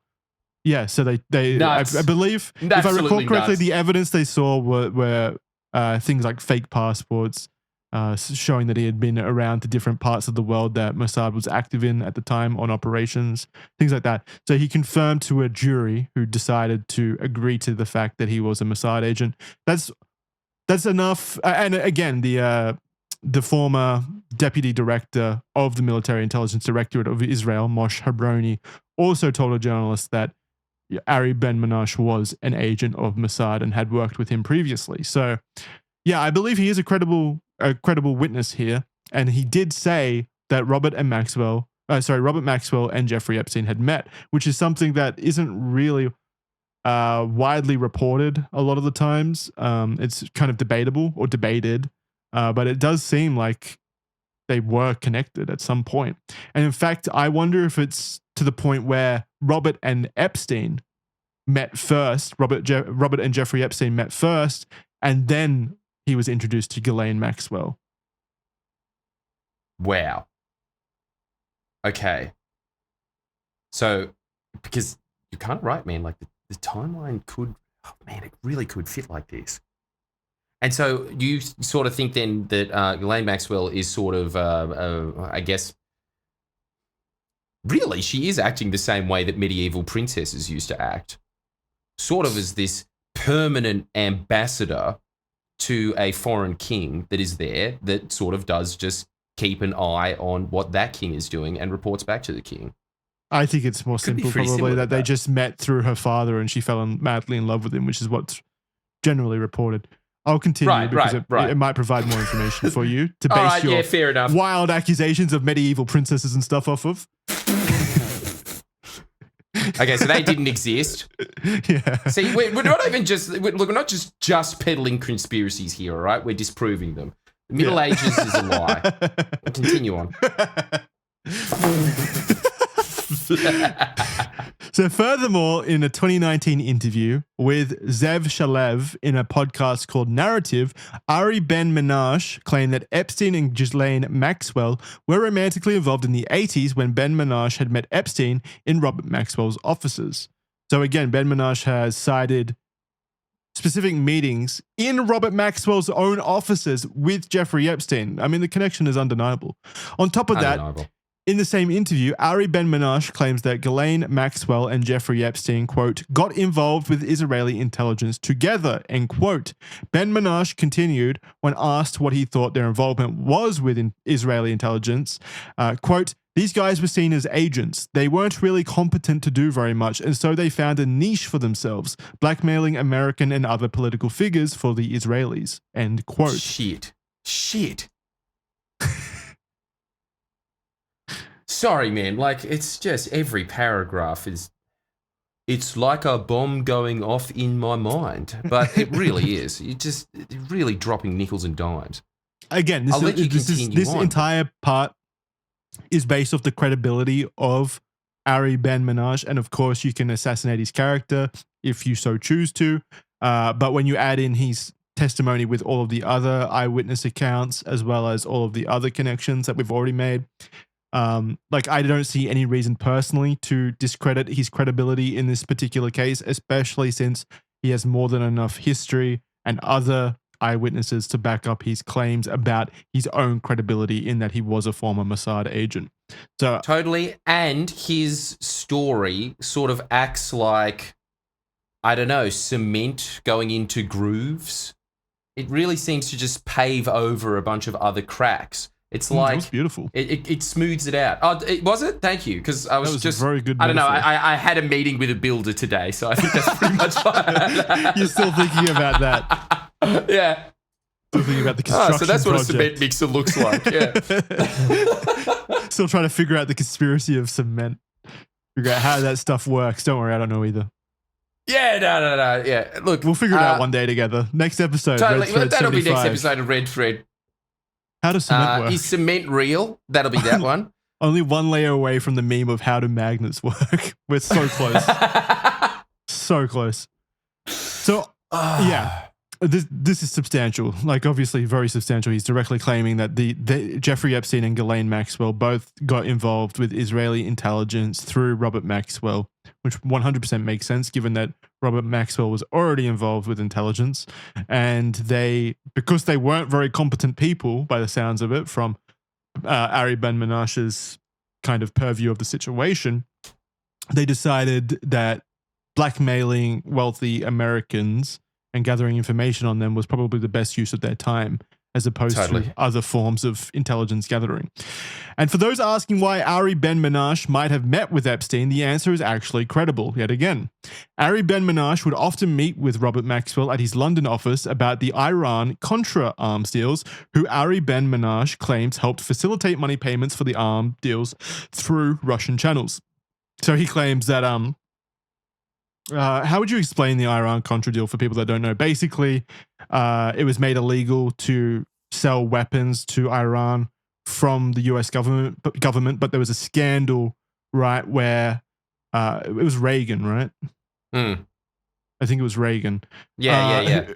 Who basically ignored those laws and still sent through the arms deals to Iran in order to collect money that would then be used to fund a resistance to communism in Nicaragua. But basically, to facilitate that arms deal, they needed intermediaries, which is where Israel, Russia, and other affiliated groups come in who handle the money and handle the weapons so that basically America can launder themselves of that situation. And that's where these individuals come into play, because as we established previously, right, Robert Maxwell was connected to some degree to Russian individuals, oligarchs, for example. He was, a lot of his early career was spent in Russia and Eastern Germany. So he had these connections. So he likely, from credible sources, was involved in the Iran-Contra deals. So all of the players on the board here between Robert Maxwell and Ari Ben-Menashe and Jeffrey Epstein were involved to some degree in the Iran-Contra scandal. Robert Maxwell was an intermediary between Russia and Israel and was working with Mossad. Ari Ben-Menashe himself was involved with the Iran-Contra affair and was working with Mossad at the time. I believe there was something called, I want to say, Operation Sunset that he was involved in that was vaguely, loosely connected to the Iran-Contra scandal. I think it was Operation Sunset. I don't have it in the document right here, but there was some form of operation that he was involved with that we have documentation for that indicates and have established in the previous episode that even if it wasn't called Operation Sunset, it would have had a cool name. Yeah, of course. Jackson, ever since you said that, I haven't stopped thinking about that. Yeah, absolutely right. It's a primary, most of an operation skill. Yeah, it's primary. It's got to be part of the. It's got to be part of the operation oversight. You got to have a cool name. Yeah. It's just the same as being a writer for the Telegraph, I guess is the worst way to write it, and then like your headline having to be something like the clown in chief, and then having a picture of Anthony Albanese as a clown sitting in the White House or something like that. Like that is a real necessary skill that you need to have to be part of intelligence agencies. You got to come up with cool names that people can latch onto. Yep. Which might honestly be bad for intelligence agencies, because you want names that fly under the radar actually and not be so cool. I know it's very counterintuitive, but it seems to be one of the very few traditions that they will hold on to. Yeah, they can't stop the ego. And I fully understand why. Totally. Yeah, so Ari Ben-Menashe was involved with the Iran-Contra affair and was working with Mossad. And one of Jeffrey Epstein's clients at the time was Saudi Arabian businessman Adnan Khashoggi, who himself was a middleman in the transfer of weapons from Israel to Iran. As such, in the 1980s, Epstein traveled multiple times between the United States, Europe, and the Middle East, and it's absolutely believable, and in fact credible, that in these operations, the three figures that Ari Ben-Menashe claims would have met at those London offices, himself included, did in fact meet. So completely believable, considering they were all working together to facilitate arms deals. 100%. If true, it certainly seems like Epstein did have a relationship with Robert Maxwell. Whether they met through the Iran-Contra conversations or through his daughter Ghislaine is debatable, but that's irrelevant when we're simply investigating the connection existing in the first place. Jeffrey Epstein routinely met with Mossad-affiliated agents in the 80s, and shortly thereafter began a relationship with his daughter, Robert Maxwell's daughter, where they would both be said to have also been acting as agents of Israel's intelligence agency. And so, as we know from previous strategy of that intelligence agency, they are able to propel individuals they see as being useful and worthwhile up that very attractive social ladder that leads only to extreme wealth, which might explain, if the arm deals and stuff like that don't explain how Epstein was able to amass quite a significant wealth, then obviously being very connected to Mossad and other people like Robert Maxwell certainly would have helped in that way, right? Yes, definitely. Damn. So that is all to say that the answer to the question of Epstein's financial success could be the very same answer to the question of Robert Maxwell's financial success. It was guaranteed. Leslie Wexner, Epstein's most prominent client, was also Jewish, which could be some form of a connection, but I don't know about that part. Like, that's just, he probably had a lot of clients at that point where Leslie Wexner came in the 90s, I believe, so I'm not sure. But maybe Mossad facilitated the connection between Leslie Wexner as well as Jeffrey Epstein. I guess that would be the insinuation there. Yes. We touched on Epstein being close with Ehud Barak. Apparently, they first met in 2003 when they were introduced by Simon Peres, a former Israeli prime minister. Though he said he was unaware of Epstein's illegal crimes, he met with him at least around 30 times after 2008, when Epstein was convicted as a sex offender, at one point meeting early every month for a year. Barak said that he knew Epstein had been charged with prostitution, but the indictment did not say they were underage. The American system itself did not label him as a person non grata. The secretary just resigned in the Trump administration, was the prosecutor, and he said that he'd been negligent. So you expect me to have noticed anything wrong? The secretary he referenced was resigned, was Acosta. Epstein also invested heavily in the startup by Barak, Carbine, if that's how you pronounce it. Yep. Which develops geolocation and emergency service technology. There was also an apparent unexplained $2.5 million given to Barak by Wexner in 2004 for research. And we know at the time Epstein was involved in Wexner's foundation and finances. Is this man here with the huge hat? Yeah. Very That's inconspicuous. That's former Prime Minister Ehud Barak.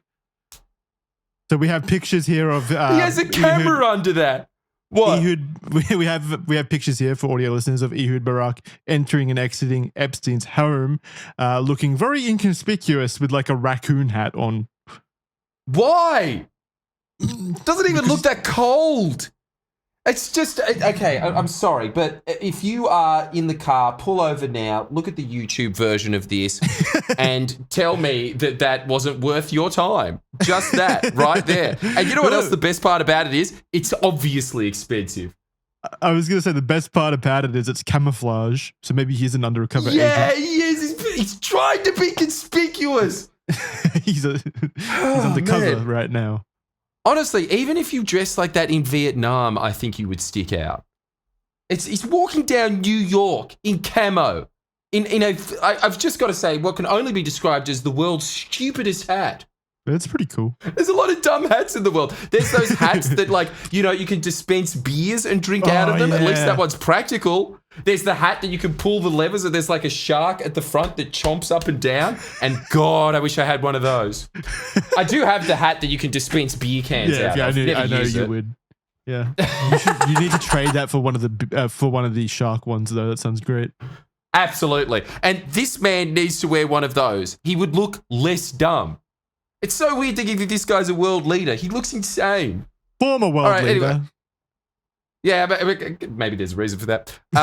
Barak Ehud was also photographed entering Epstein's house in 2016, hiding his face. The same day, multiple young women were also seen entering the house. Barak was not happy and threatened to sue the Daily Mail, who broke the story. Barak admitted that it was him in the photo and said he never met Epstein in the company of women or young girls. Barak said in response, "I was there for lunch or a chat, nothing else, so what?" I go where I want with my hat. It's like he's deliberately trying to be marked by paparazzi. They're making it so easy. May as well have a giant fucking sign on him that says, "Heading to Epstein's house, please photograph." How is the man walking behind him not laughing? Okay, but yeah, so this was a former Israeli prime minister. So this is just to show the enormous amounts of connections that Epstein had to state officials in Israel, which we already know Robert Maxwell also had. I mean, Robert Maxwell himself had a state funeral. So giant amount of connections to the state government of Israel. which of course Mossad is an apparatus of. And so we come to the Hoffenberg accusations. Stephen Hoffenberg was an American businessman who was charged with securities fraud, tax evasion, and obstruction of a Securities and Exchange Commission's inquiry, where he then served 18 years in prison for a $450 million Ponzi scheme. Hoffenberg so clearly he's a trustworthy source. Totally. which is why he's in so good. I mean, but yeah, honestly, so he many does have financial crimes. he does have an interesting story to tell, which we will now tell. Hoffenberg works closely with Epstein, with the pair first meeting in 1987. Through the 1980s, he ran a company called Towers Financial, which was a debt collection and reinsurance business. Jeffrey Epstein entered the business with the promise of turning it into a global super business. In an interview with reporter Vicky Ward in 2002, when he was in prison, Hoffenberg described Epstein and his career of conning people, companies, and institutions. Epstein had a term that he used, which was called playing the box, as described by Hoffenberg, which meant that whatever he did, if his crime was uncovered, the victim would not do anything either due to the social embarrassment, or the money would be somewhere they could neither find or get. Epstein confided in Hoffenberg about all of his tricks and how he had made a career out of conning people and institutions, but he didn't realize that Epstein was also tricking him. Yeah, I mean, what was Epstein's angle here? Just telling him all of his... I mean, it still worked for Epstein, clearly, but like, Jesus Christ, how stupid do you have to be to trust a person who says to you, yeah, I scam people and con people, but I won't do it to you, baby. Like, of course. Yeah, I know. Of course. Oh, thank you. Yeah, how nice of you. Dude, this guy's a king. So, I mean, that's just how charismatic Epstein was, clearly. Totally. Epstein apparently took $100 million from Towers Financial and moved it abroad and assisted the US prosecutors in Hoffenberg's fraud case. Epstein distanced himself from Hoffenberg, claiming that he barely knew the other man and that they only worked together on a few deals, and he was not involved in Hoffenberg's prosecution. So that's an interesting point. Epstein doesn't deny knowing and doing deals with Hoffenberg, which immediately makes Hoffenberg a somewhat credible source on Epstein, considering they obviously knew each other at some point in time, as confirmed by Epstein. And this isn't just like a random guy who's come out and said, yeah, I totally knew Epstein. We were like neighbors and bros and shit. He used to bum on my couch while we played Modern Warfare 2 at 3 a.m. at night. You know, it wasn't like one of those obviously fake stories or anything. This was very clearly a genuine relationship between two men. I don't know why I made it sound like it was a gay romance, but it was a professional business association here between them. Yeah, with possible homosexual undertones, as uncovered by Jackson just then. Search your feelings, you know it to be first. True. Don't deny your feelings. Forget the Israel shit. This is way more important. I found out that Jeffrey Epstein's gay. No. Damn, what a deep dive, dude. I didn't find anything like that yet, but I will keep looking. But you will keep looking. Man, that'd be incredible, wouldn't it? Next episode, was Jeffrey Epstein gay? Like you had to correct yourself, remembering that he's dead. Undercovers, yeah. He hung out with several men in his life, so it does open the question. And they were behind closed doors. Incredible enough for me. Why is he wearing such a large hat? Was he possibly jizzed on? We don't know.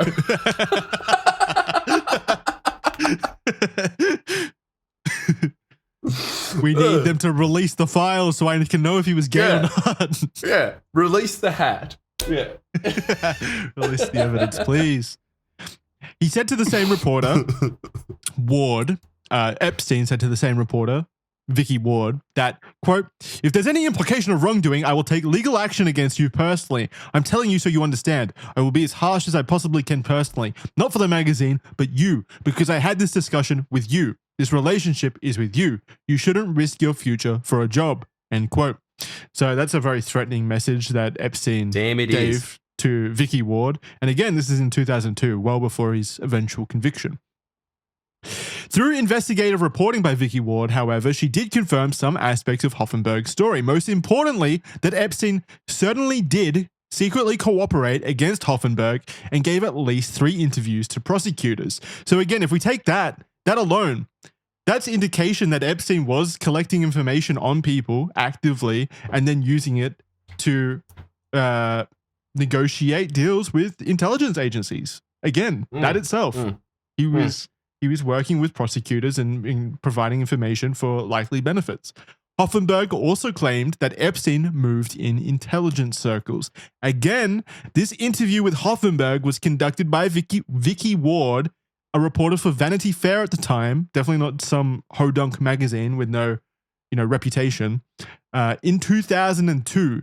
So this was, 5 years before he was prosecuted for sex crimes? So that's significant. He was already being labeled an intelligence agency asset by an associate as early as 2002 in publicly reported media. That's crazy to me. Isn't it? It's very compelling. Yeah. Before even the 06 case involving Jeffrey Epstein. To make things even more interesting, Hoffenberg claimed that Epstein was connected to a British defense contractor by the name of Douglas Leese. Hoffenberg claimed that Leese was an arms dealer backed by UK parliamentary records that referenced Leese in connection to the Al-Yamama arms deal of the early 1980s, which involved the United Kingdom selling arms to Saudi Arabia. It also involves, naturally so, Adnan Khashoggi, himself a Saudi Arabian businessman and arms dealer who would later be connected to Jeffrey Epstein as a client. Apparently, Epstein had been introduced by Leese to Adnan Khashoggi and then allegedly Robert Maxwell. This was again provided by Hoffenberg in 2002. Again, just further evidence that Epstein was involved in arms deals with the Israeli state government, likely Mossad, and that's how he became connected to Robert Maxwell, himself an agent of Mossad. So immediately, obviously very compelling information. Just further testimony from credible sources that back these claims up, right? Yes. Yeah. So when interviewing Epstein in 2002, Ward asked him if he knew Leese or Robert Maxwell. He denied ever meeting Robert and he claimed to not know Leese well at all. However, in discoveries made in recent years, Ward was told by a source that Epstein had invited the source to join him and Leese on a private jet trip to the Pentagon as early as 1981. Beyond that, Leese had filed a lawsuit in Florida that asserted that he, quote, was involved with various highly confidential business enterprises, including business in the United States, some of which involved governmentally involved or other highly confidential business projects, end quote. Leese's own son, Julian, claimed that Leese was a mentor of sorts to Epstein in the 80s and that he was shocked that Epstein would pretend not to know him. So again, just more evidence here that these people were connected. And this is all really in service of the idea that Epstein was connected to Robert Maxwell, because that is just the most pertinent point here, because Robert Maxwell, as we've established at the start of this episode, was just fundamentally, intrinsically tied to Mossad. And that would be his avenue, likely, of Jeffrey Epstein being connected to Mossad. I think that is just the most pertinent point here. So we really need to lock down the fact, as best as we can, that Epstein was connected to Robert Maxwell, because both Epstein, as well as everyone else connected to the case, would like you to believe that Robert Maxwell and Jeffrey Epstein didn't know each other, when in fact we have credible information here across multiple sources that lead to the belief that they were, in fact, other conclusion. It leads to confirmation that they were more closely linked, especially they were arms dealing together, basically, by the sounds of it, for 10 plus years. So obviously, very connected people. Epstein had also claimed to Hoffenberg that he was involved in something that Hoffenberg described as, quote, national security issues, end quote, which involved blackmail, influence trading information at a level that is very serious and dangerous, and that he was involved in this with Maxwell and Leese. 4 separate sources claimed to Ward that Maxwell, himself connected to the Israeli government, introduced Epstein to Israeli leaders, who then used Epstein as a sleeper agent of sorts, someone who could potentially be useful in the future to influence foreign governments. And of course, Epstein, he wasn't just well connected in Israel. He was I've heard him described as a mega fixer of sorts. Like, he had very strong political connections to countries like the United Kingdom, as we've seen with Prince Andrew, as well as Saudi Arabia, Africa, Russia, as well as a lot of different European countries. So again, if we want to strip this down to the bare idea of this so-called network of very wealthy individuals, very powerful individuals. This isn't just, and I want to hammer this home, this isn't just implicating the United States government or the powerful people in America. This could really be a very wide reaching network involved in the collusion of Epstein's own personal network and crimes. So it really could. I mean, it already has. They're like Prince Andrew is obviously implicated. Yes, so, totally. Of course.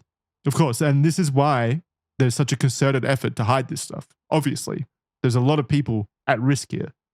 100%. And the thing is, like, man, if you are involved in intelligence agencies of the CIA, of Mossad, they are involved with other intelligence agencies. Mm-hmm. It's the way that these networks work. They share information when it benefits them. Yeah, totally. In fact, usually a lot of the time, intelligence agencies share information with each other more than they do their own country. Yeah. So if you're in that world, it's a truly global connection. Mm-hmm. But yeah, again, just with Epstein himself, he was connected globally, 100%. Like you see that with the people who were often on his private plane, for example. Of course he was. Yes. Yeah. I mean, he's got Israeli former prime ministers coming into his house with wacky hats and stuff like that, of course. Yeah. Ultimately, Hoffenberg's claims are yet another indication that Epstein was involved with Israel and the intelligence community or apparatus. It's not as ridiculous as it may seem either. Epstein did visit Israel in 2008 in an attempt to move there permanently due to his conviction in America, but he ended up changing his mind when he was given the very friendly plea deal. So that was his, break glass in case of emergency situation, right? Like his idea of escaping prosecution and his crimes was to move to Israel, which is, I mean, pretty clear indication there if he sees Israel as safe harbor, basically. Totally. Yeah. And they would have granted it to him as well. Like that was his immediate thought. And also, look, this is the part that I think raises a lot of concerns about the whole Epstein didn't kill himself meme, was the idea that he had a pretty damn good chance of going and getting out bail. Back in 2008. Bail. Oh, you mean most recently, like 2016? The most recent one. 2019. Yeah. Yeah. The latest installment of Epstein. And Epstein phase 2. Bigger, better. And he had the opportunity to get, I mean, it looked like he was going to get bail. And then, like, he's got this escape route as well. Yeah, but again, there and then we're going to get into it in a second. We saw what happened the last time one of these agents or assets decided to become more of a liability to the Mossad in the form of Robert Maxwell, who began to, from what we discussed previously, he began to kind of ask for money from Mossad in order to keep his silence, right?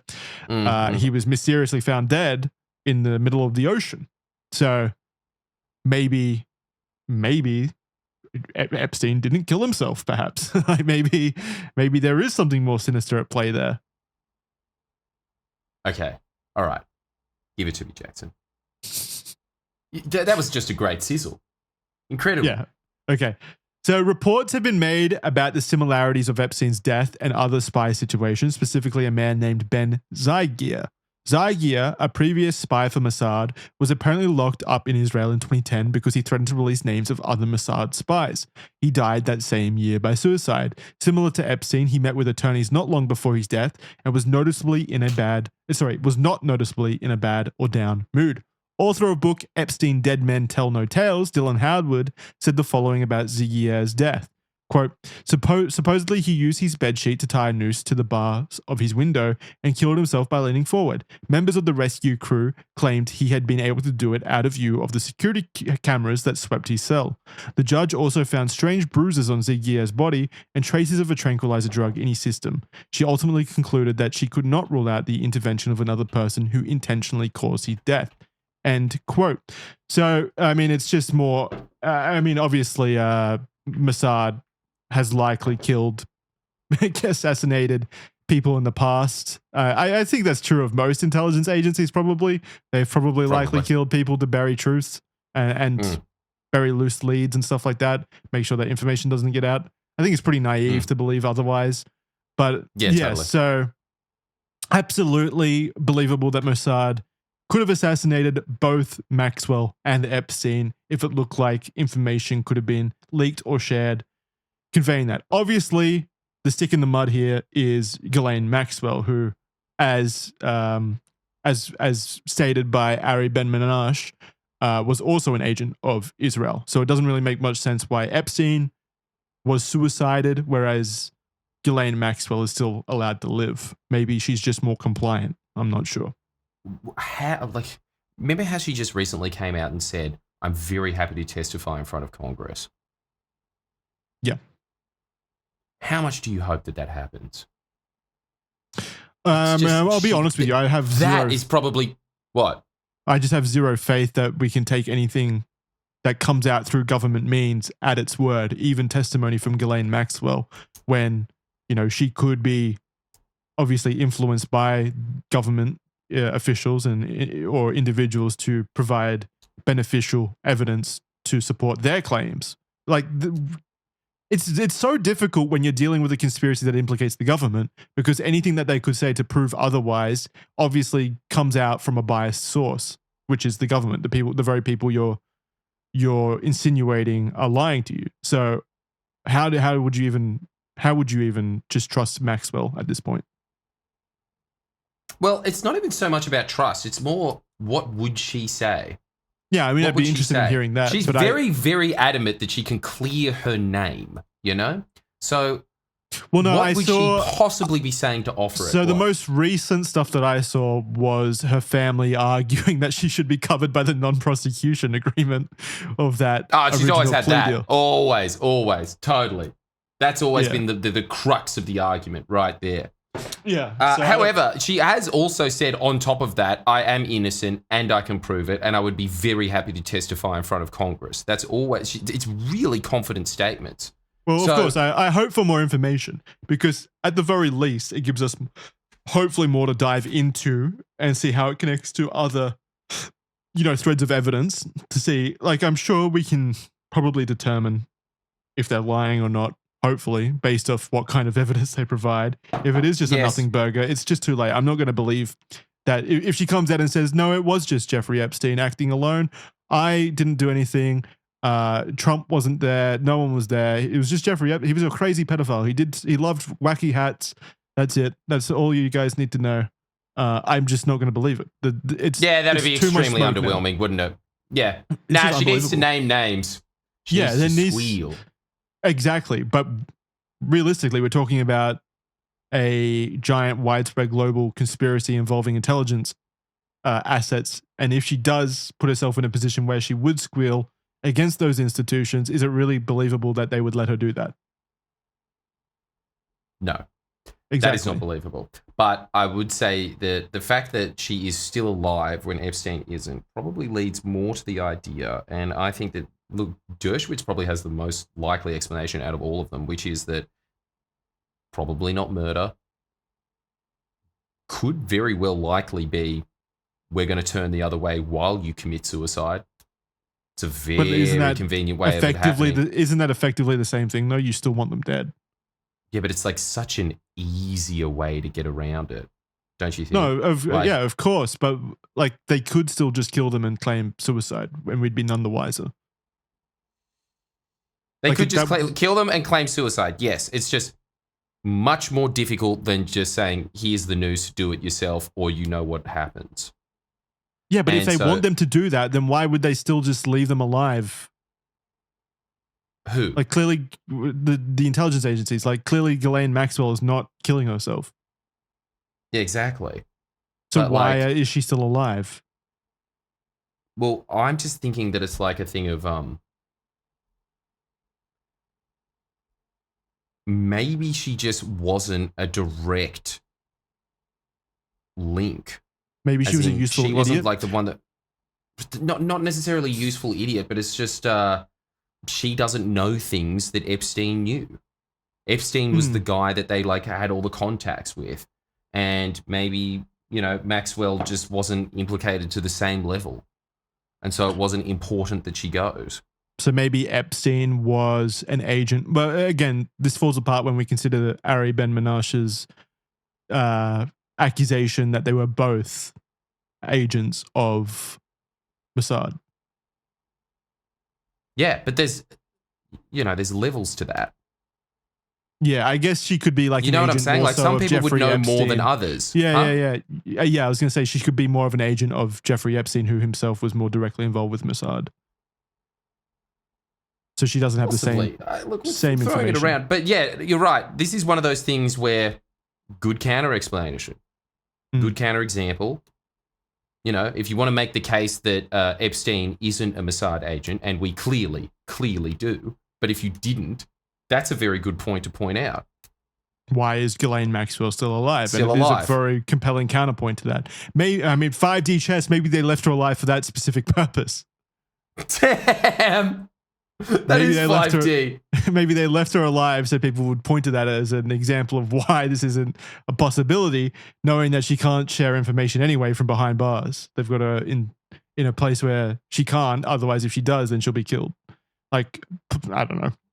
Yeah, or there's just sort of like the message has been made very, very clearly. Yeah. And she gets the message. That could also be the case. I don't know. We're overthinking it. We won't know for sure for a while. All we can talk about is the connections in this document. Yeah, probably. Yeah, we're right. Yep. Let's just stick to the facts. So we'll wrap up here with the final point, which is Alan Dershowitz. So Alan Dershowitz, the previous lawyer for Epstein, has said that the extent of Epstein's relationship with Israel would be the business dealings he had with Ehud Barak. That's the former prime minister. And Epstein denied all claims of intelligence gathering when speaking to Alan Dershowitz. He also claimed that he confirmed this with sources he has in Israel, which he undeniably has many, as he represented Mossad in a previous legal case, and he's himself close friends with Prime Minister Benjamin Netanyahu, current prime minister. So for those of you that don't remember, Alan Dershowitz is the previous lawyer for Epstein, who was also a frequent visitor to the island, let's say, or just Epstein residences. He's the one that said, yes, I received massages, but my towel stayed on, that kind of stuff. So yeah, that guy, yeah. Maybe not the best guy to be listening to. Alan Dershowitz, this is a quote from him, "We discussed it and the answer was no. He laughed. No intelligence agency would really trust him." End quote.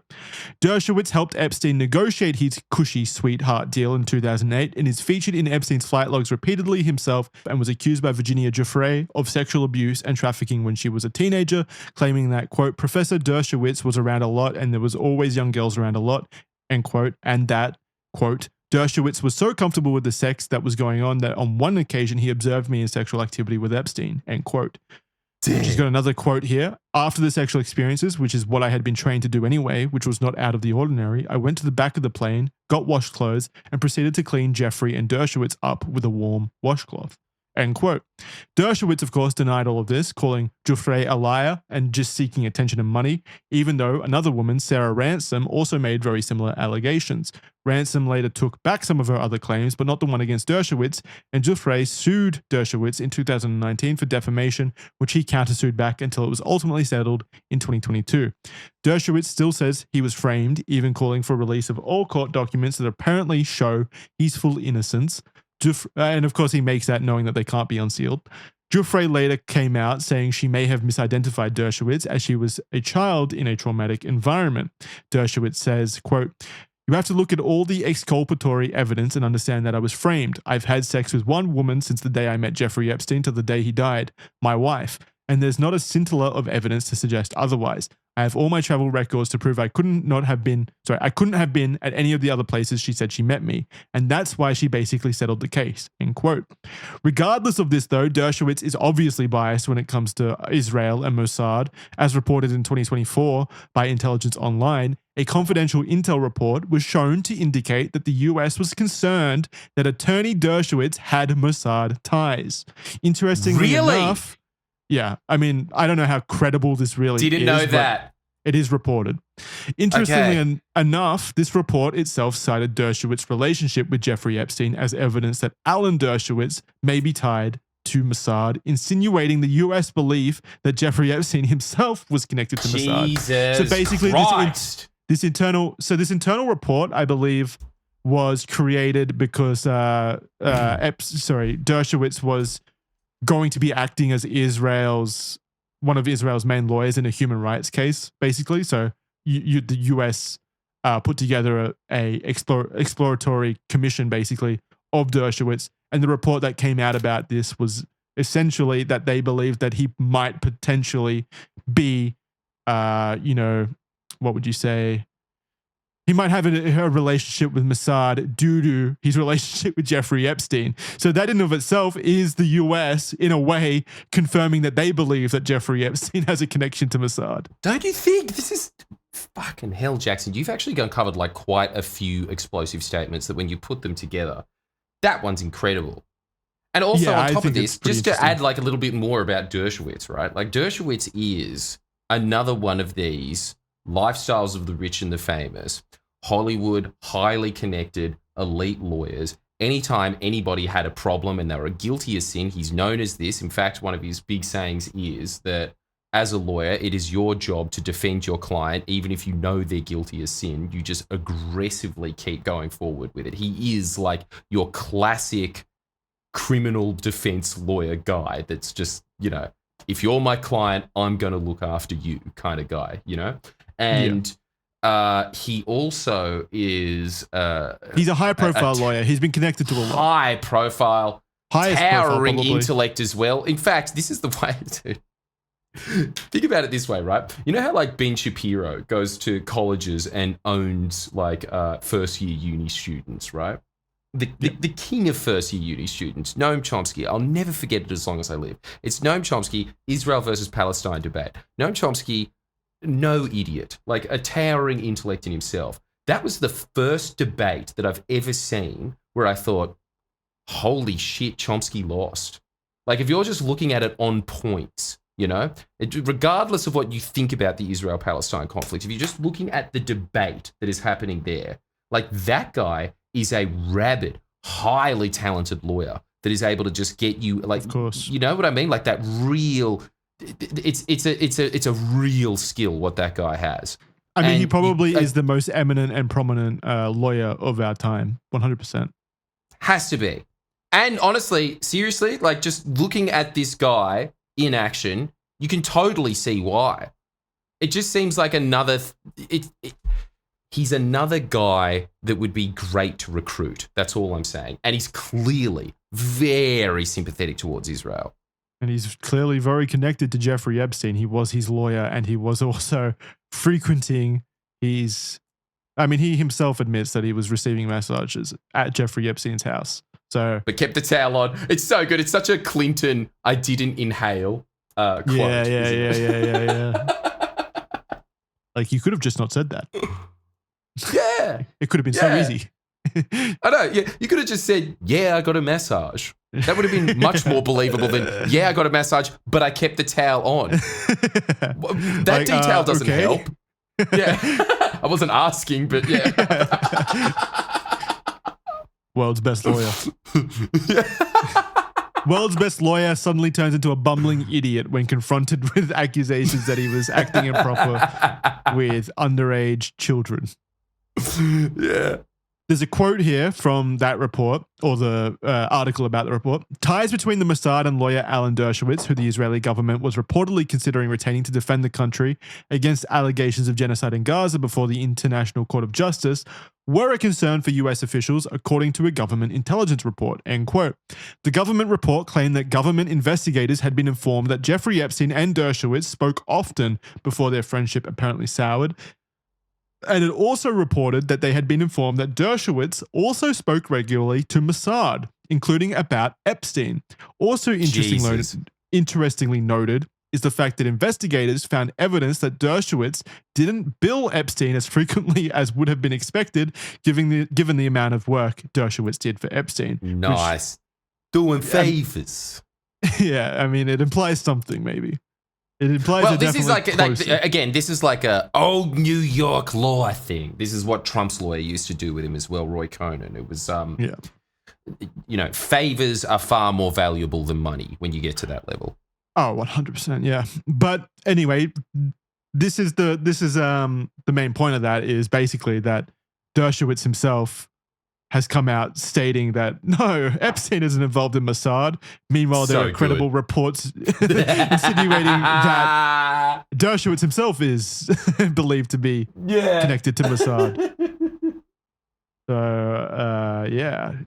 And there's certainly a lot of individuals, like, again, I think it's the current prime minister, right? No, the former prime minister. Okay, so we come to the conclusion. While there is no hard evidence to confirm that Jeffrey Epstein was involved in intelligence operations by Mossad or other intelligence agencies, it's pretty hard to ignore the various testimonies and relationships that enforce the idea that Jeffrey Epstein wasn't at least tangentially connected. Whether or not his crimes against children are connected to Mossad remains to be seen or proven, but the idea of Epstein collecting incredibly damning blackmail evidence on United States businessmen and politicians, not just United States businessmen or politicians, global businessmen and politicians, to then be used by a foreign government to sway public opinion is certainly compelling, and it would explain why the government and prosecutors did their best to bury this case as much as they possibly could. Realistically, it would make sense why Epstein collected thousands of hours of footage through hidden cameras. It would make sense why Epstein was connected to hundreds, if not thousands, of the most powerful people in the world and amassed wealth to rival that of a world leader through no rational explanation of his own merit. It would make sense why he was given an extremely generous plea deal that involved various non-prosecution agreements that protected other unnamed individuals, and in fact, any potential future unnamed individual. It would also make sense why he had criminal activity that indicated more so a widespread network as opposed to simply one child predator acting on his own. It would even make sense as to why there seems to be a concerted effort of the government to hide the fact and flip-flop from their previous position. There needed to be a proponent of this apparatus that was propping Jeffrey Epstein up, and an intelligence agency makes the most sense in that context. The intelligence agency that does make the most sense in Jeffrey Epstein's case, with the various connections that we've explored in this episode, is Israel's Mossad. The CIA is certainly a possibility, but the benefits to the CIA is far less obvious. Mossad is simply too connected, and they had too much to gain from the scenario, utilizing the information to blackmail, coerce, or otherwise manipulate government and business in the United States to align more closely with their own state goals. Both the Republican and Democratic parties seem to, across various methods, bend to the will of Israel a lot of the times, especially in recent years. And it could be such that the institutions in America are compromised by pressure exerted by a foreign intelligence agency. This isn't a particularly new concept either. Intelligence agencies spy on other countries. Multiple former CIA agents have been quoted as stating that Mossad runs the most extensive espionage program against the United States out of any of its allies. John Kirikow, an American whistleblower, journalist, and former intelligence officer linked to the CIA, claimed that, quote, in January of 1990, there were 189 undeclared Israeli intelligence officers that the FBI had been able to identify spread all over America trying to steal our defense secrets. To go back to the plea deal, penned by Dershowitz, himself aligned with Israel and Mossad, and to quote Acosta, quote, I was told Epstein belonged to intelligence and to leave it alone. And I don't think we can get more succinct than that. No, we cannot. And I don't think that we can get more succinct than your beautiful rendition of all of this, Jackson, as usual. Thank you. Great work. I think that this one, you just went above and beyond. I appreciate that. Incredible. This is, well, it's quite an undeniable list once you put it all together like you did just then. The real highlights for it, obviously, is the quote that you ended with. Definitely. I mean, that forms the foundation of the case 100%. But I think, again, there is far too much smoke here I for there think not Maxwell's to be a campfire. dad.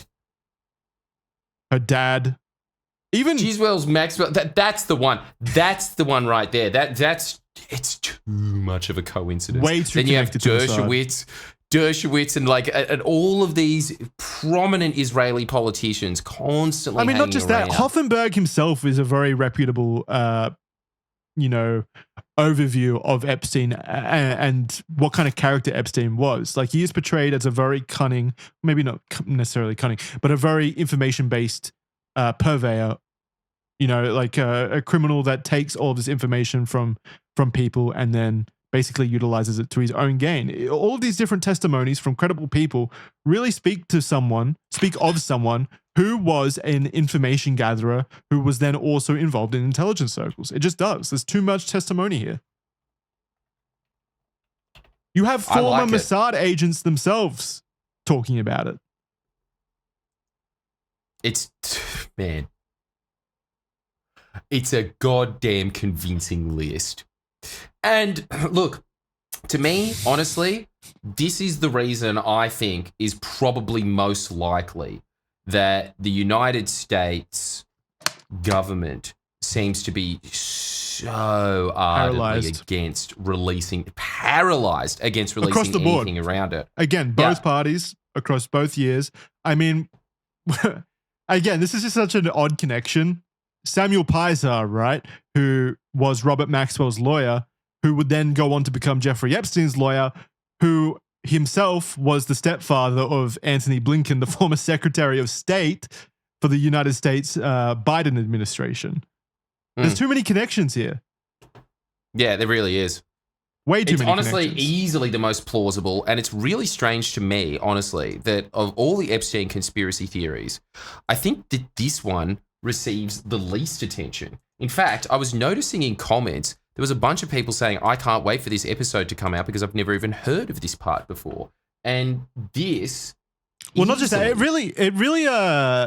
It's interesting that as soon as the idea of a foreign intelligence agency being involved in some way in this is brought up, you're immediately met with kind of friction from some people who want to claim anti-Semitism, which I get. Anti-Semitism is obviously growing pretty rapidly in recent years, and it's not a good thing, obviously. But again, we are talking about an intelligence agency of a very wealthy and powerful state who is capable of something of this magnitude. And I think it would be incredibly disingenuous and harmful to just look the other way just because it could be misconstrued as anti-Semitic, which it's not. We're criticizing, or rather investigating, potential connections between a criminal and an intelligence agency. Like, I would do that. I wouldn't even go as far as to say that we are criticizing in this. No. We really aren't. I genuinely just want to know if there is a connection there or not. Yeah, pretty much because I want to know why the Trump administration is so ardent against not releasing anything. And I personally don't think that it is. The most likely explanation is just like, it implicates every politician there and they're all going down as a bunch of like vampires or whatever, right? Like, I think that the most likely explanation out of all of it is this, because we have multiple examples throughout history of Mossad specifically doing very similar activities that have been outed before. Like this is common playbook practice. This one to me seems like the smoking gun. And of course, all the Epstein conspiracies. Yeah. And let's just look at it from Israel's perspective. Of course, they would have a lot incentivizing them here in this situation. Of course, they want to manipulate, maybe not manipulate, but influence, let's say. Influence is probably a better word. Influence American policy just due to the state, again, of Israel. They're constantly in war, and they have been since its very existence. Of course, they would want to influence the policy of the largest and most powerful country on the planet, given they are in such a precarious situation. Of course they would. And it's not even an of course thing. It's just blatantly obvious. Like, everyone knows that this is the case. That is not remotely controversial, that the Israeli government holds huge amounts of influence over the American government. And when you're talking about their intelligence service, the size of Israel's state backed, maybe not directly. They don't say they're backed, but obviously groups like AIPAC in America, these enormous lobby groups, they exist there. I think AIPAC itself is like the second largest lobby group in America, just behind the NRA. So obviously massive amounts of influence there. Yeah. So it's really not that much of a jump to say that their intelligence service, if their intelligence service doesn't want something coming out, you can totally imagine them bending over backwards to make sure that it doesn't come out. Because especially just in the realm of public policy, they bend over backwards. Again, it just, even in the basis of, we're talking about them basically collecting information on powerful people who themselves are now in power and perhaps were even influenced to that position in the first place by these intelligence communities. They have the information to influence them to now. Like, obviously, if we're talking about this being a legitimate thing, this network by Epstein, who himself was connected to intelligence agencies, then they have the information. Yeah. So they can influence. Yeah. Look, the other thing that we really didn't give credence to, we did during the episode, but man, the fact that you pointed out that the American government basically is on record saying that they at least suspect that Epstein is part of the Mossad network. Yeah. Pretty remarkable. Again, I found that information from one source, so you might want to dig deeper into that at home if you want to look into that more, that particular source. But I definitely, it seemed credible to me. Yeah. All right, that's going to do it for this episode. We're going to head over to members' questions now. So you can sign up at official.men for a free 7-day trial to ad-free early access Red Thread episodes. You get them 3 days in advance. And you can also ask us questions over on official.men. You can sign up and we'll post question threads basically. You leave your questions for us and then we answer them on the show like right now. So not only do you get early access, ad-free access, all of that good stuff delivered straight to you very early, you also get to ask us questions on topics you're interested in. And then we collect them and talk about them on the show. This one comes from Skinny Cartman. There's an obvious monetary gain to be had from getting blackmail on someone like Bill Gates, but what other possible reasoning would there be for intelligence agencies to obtain blackmail on the non-political figures possibly visiting Epstein Islands? My first thought about that is that the people involved in Epstein's Island are all incredibly powerful people. It's not like he's collecting blackmail on a traditional 9-to-5 office worker. These are all titans of their own individual industries a lot of the times. So the fact that they have information on people in just any industry is, of course, helpful to intelligence agencies because then they can influence those industries to their benefit, of course. And it's just good. It's just, I mean, intelligence agencies just operate on the premise of any information is good information, I think. So yeah, totally. They'll take anything. Totally. What do you have to say about that? When you're dealing with captains of industry and all that kind of stuff, it can't not be useful. No, of course not. So it's not just they don't just want Bill Gates. They probably want information on Bill Gates' secretary, his head of HR, maybe even. There's a bunch of different reasons why you would want information on people in organizations, especially if you are in control of an information network. Do you have anything else to add? No, I think that's pretty much it. It's like, look, intelligence agencies probably, if you think about it, they're I would imagine that their primary concern is spying on governments.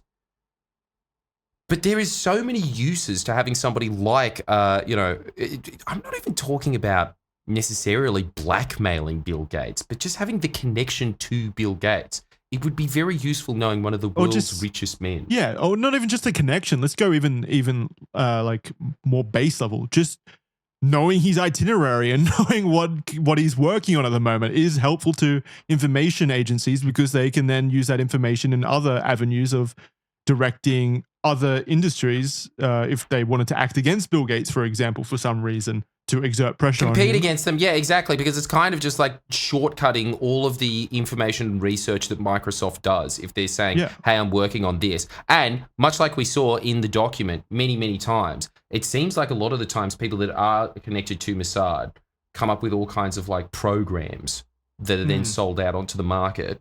And, that if you know where the market is going, I mean, God, that's incredible insider trading information, isn't it? Like, it's not just stock tips that you're getting out of that, is it? It's kind of just like, we are going to find the little niche gaps that these guys aren't filling out. And as you said, Jackson, directing our own industries to do that. Yeah, I mean, information it's actually pretty damn good for nation building now that I think about it. Yeah, absolutely. You know exactly what industries are moving in what direction and how you can take benefit of that. Yeah.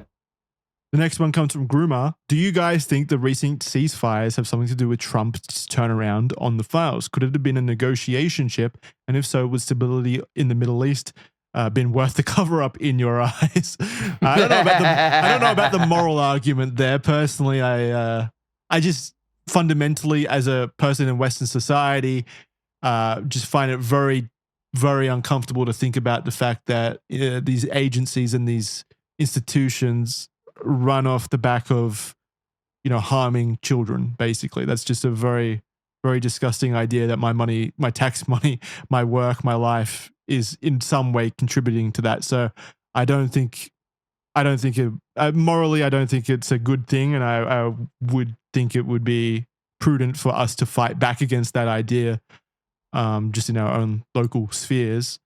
But yeah, I mean, it's a loaded question. Would you let Jeffrey Epstein groom children if it meant world peace? Like, what the fuck kind of question is that? I'll tell you what it is. It's a good stoner philosophical question, isn't it? Classic question from a guy named Groomer. I didn't even notice. All right, but to go to his initial question, though, do you guys think this recent ceasefires have something to do with Trump's turnaround on the files? Yeah, I mean, it's pretty believable to me that Trump is experiencing some kind of pressure from somewhere. I think that would make the most sense why he is now trying to claim that the Epstein Files themselves are a giant hoax, even though they've campaigned off the back of releasing the Epstein Files. It's such a drastic 180 that if he's not implicated himself, then I think that there needs to be some kind of investigation into who may be pressuring him, because it definitely seems like he is being pressured. At the very least, don't you think? Yeah. Don't you think? Look, I've always said this, that I think that it's much more likely that there are other people that are being protected by the Trump administration for them just being so ardent about this. Because like we're saying before at the very beginning of this seems very institutional. This is what's very interesting about this. If we get somewhere to the root of what is happening in the Epstein case, it probably would be pretty explosive. It would be like the Iran-Contra affair. It would be worse than that. Oh, totally.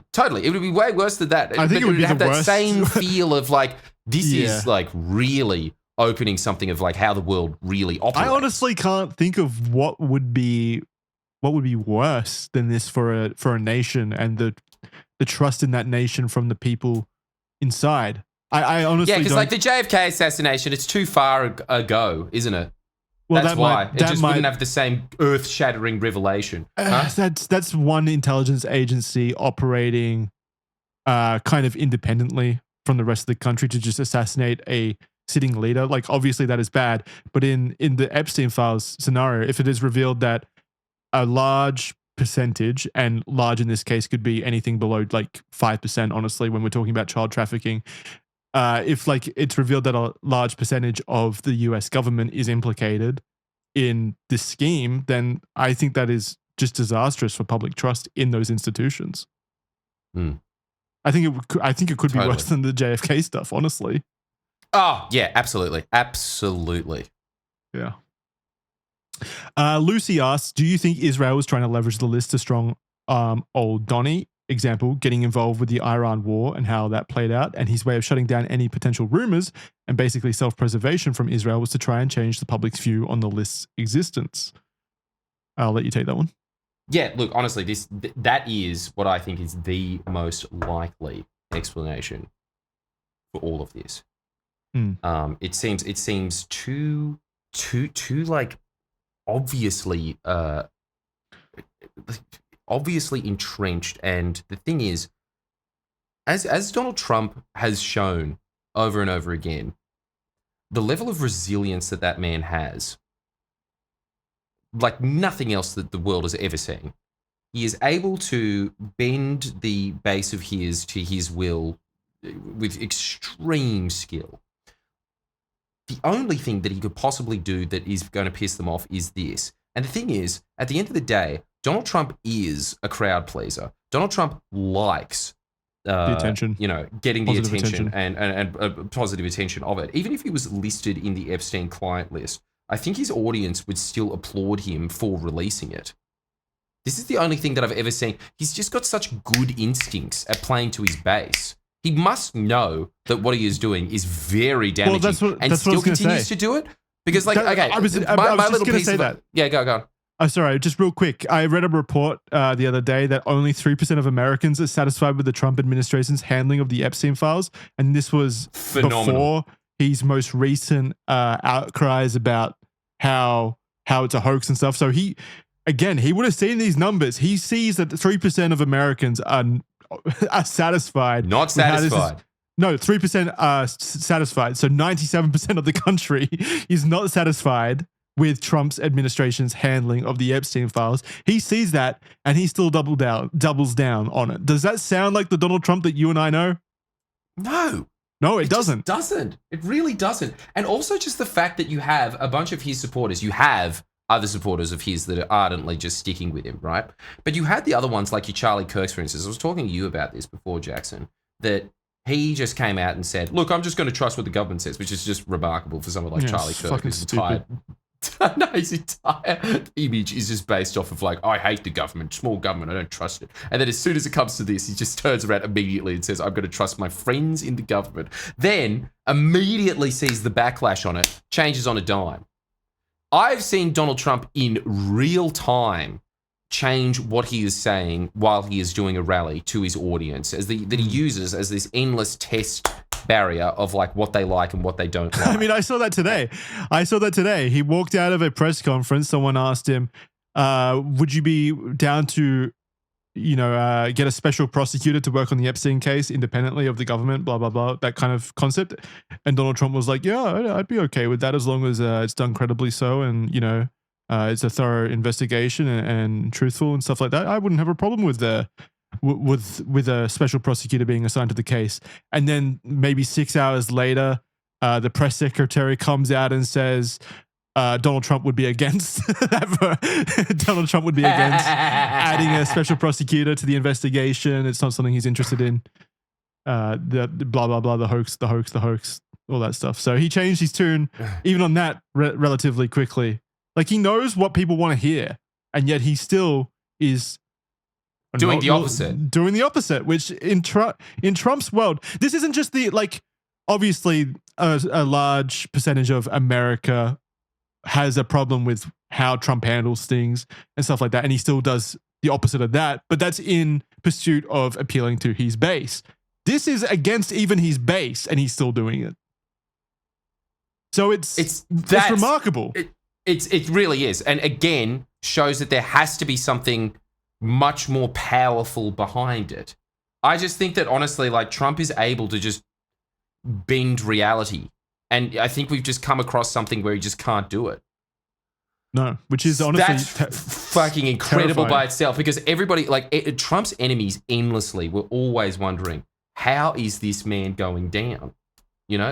Because again, you do not see a politician that is able to command such power amongst a large contingency of the population that can keep getting him elected, to the point that he basically has morphed the Republican Party around his own will. And so they were just sitting there and saying, this man has been in scandal after scandal after scandal ever since he was on the campaign trail in 2015, and still he stands. This seems to be the only thing that everybody keeps talking about, and it's very true. You can see it. That seems to have separated him from that base. And, you can tell that nothing is more important to that man than that base. Yeah, 100%. But something to sit in the way of that, damn. It has to be substantial. It's got to be big. Yeah. Mickey D's S11, sorry, Mickey D's 11. Fuck yeah. Asks, what do you think about the constant excuses about a no list or the flip-flopping and whatnot? Should we trust them? Thanks. And I guess we're just going to end it here. You should not trust anything out of the government at the moment. It is very clear that some kind of cover-up is occurring in real time. The administration clearly does not want to deal with this topic. They're trying to bury it as much as they possibly can, which is an impossible task given they spent the last 4 years campaigning on it. So, of course, their 180 is highly concerning and confusing. So, yeah, I simply would not trust anything else out from any of the government officials, including the Democrats, including the Republicans, including from the institutions. The only way I would believe any evidence currently is if it is peer reviewed from independent sources, honestly. This is such a widespread conspiracy to me, with different elements working together, where, honestly, you should not trust the government on a good day anyway. Why would you just blindly trust the government? That's never been a good idea. Yeah, I mean, look, man, it's just, I can't remember. Jackson, thank you for introducing me to this world. I really cannot remember the last time there was just this endless installment standing on tenterhooks. Maybe the last time that the world was sort of like this was during the OJ trials or something, but it really seems to have captured the entire globe's attention. Something big is happening. It's kind of nice from my perspective, if I'm going to take a silver lining for this. I think this is as unified as we've been in a long time against this one situation. I have seen conservatives and, left-leaning people come together to agree that something is clearly wrong here. We may be witnessing something absolutely catastrophic occurring in real time to our very institutions, to our very societies.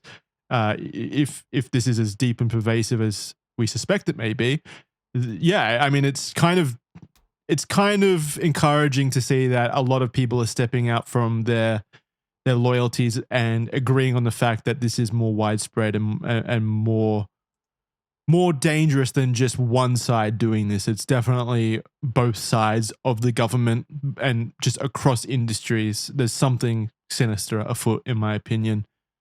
It's also just, it seems like it's like a real, it's a real will of the people thing, isn't it? Because it really, all the commentators that would normally take Trump's side, it's honestly quite suicidal to do that at the moment.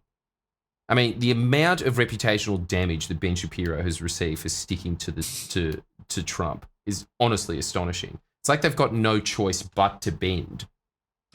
It's a tidal wave coming from the bottom. It's truly grassroots.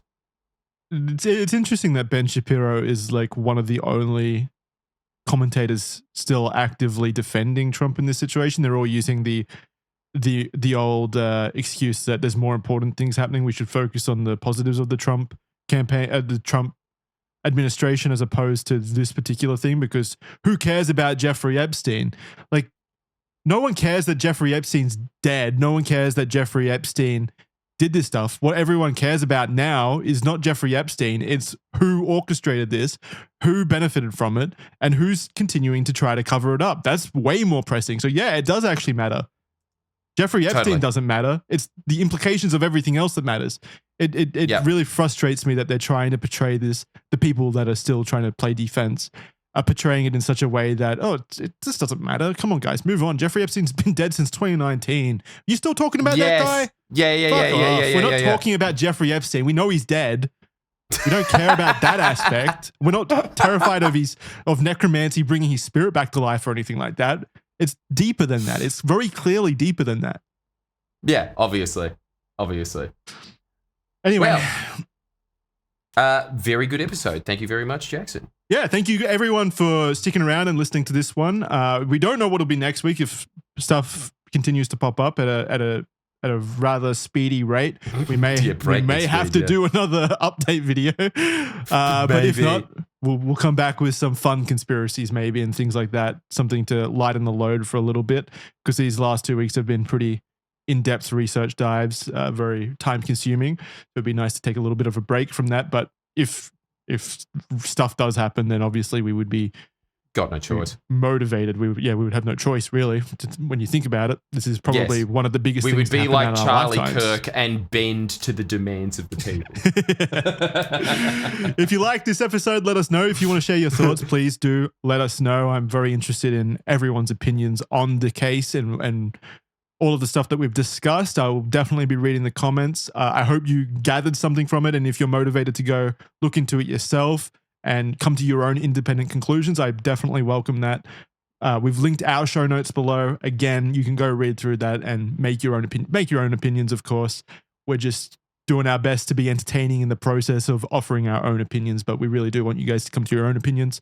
So please go do that. Go check it out. And again, official.men for a 7-day free trial. If you want to support the show, it really does mean a lot to us and it keeps the show running. So big thank you to you guys who sign up over there, and of course our sponsors for this episode. Really appreciate it. Jordan, thank you for coming on. If you want to see more of Jordan, linked below is his channel where he's also covering this stuff at the moment. So if you want to see him dive into that, you can do so over at the Friendly Geordies channel, as well as his self-help channel. If you want to psychologically scrub the filth off of you after listening to all of this deplorable conspiracy stuff, you can go watch his self-help channel where he'll make you feel good about yourself and give you the tools that you need to live a happy life.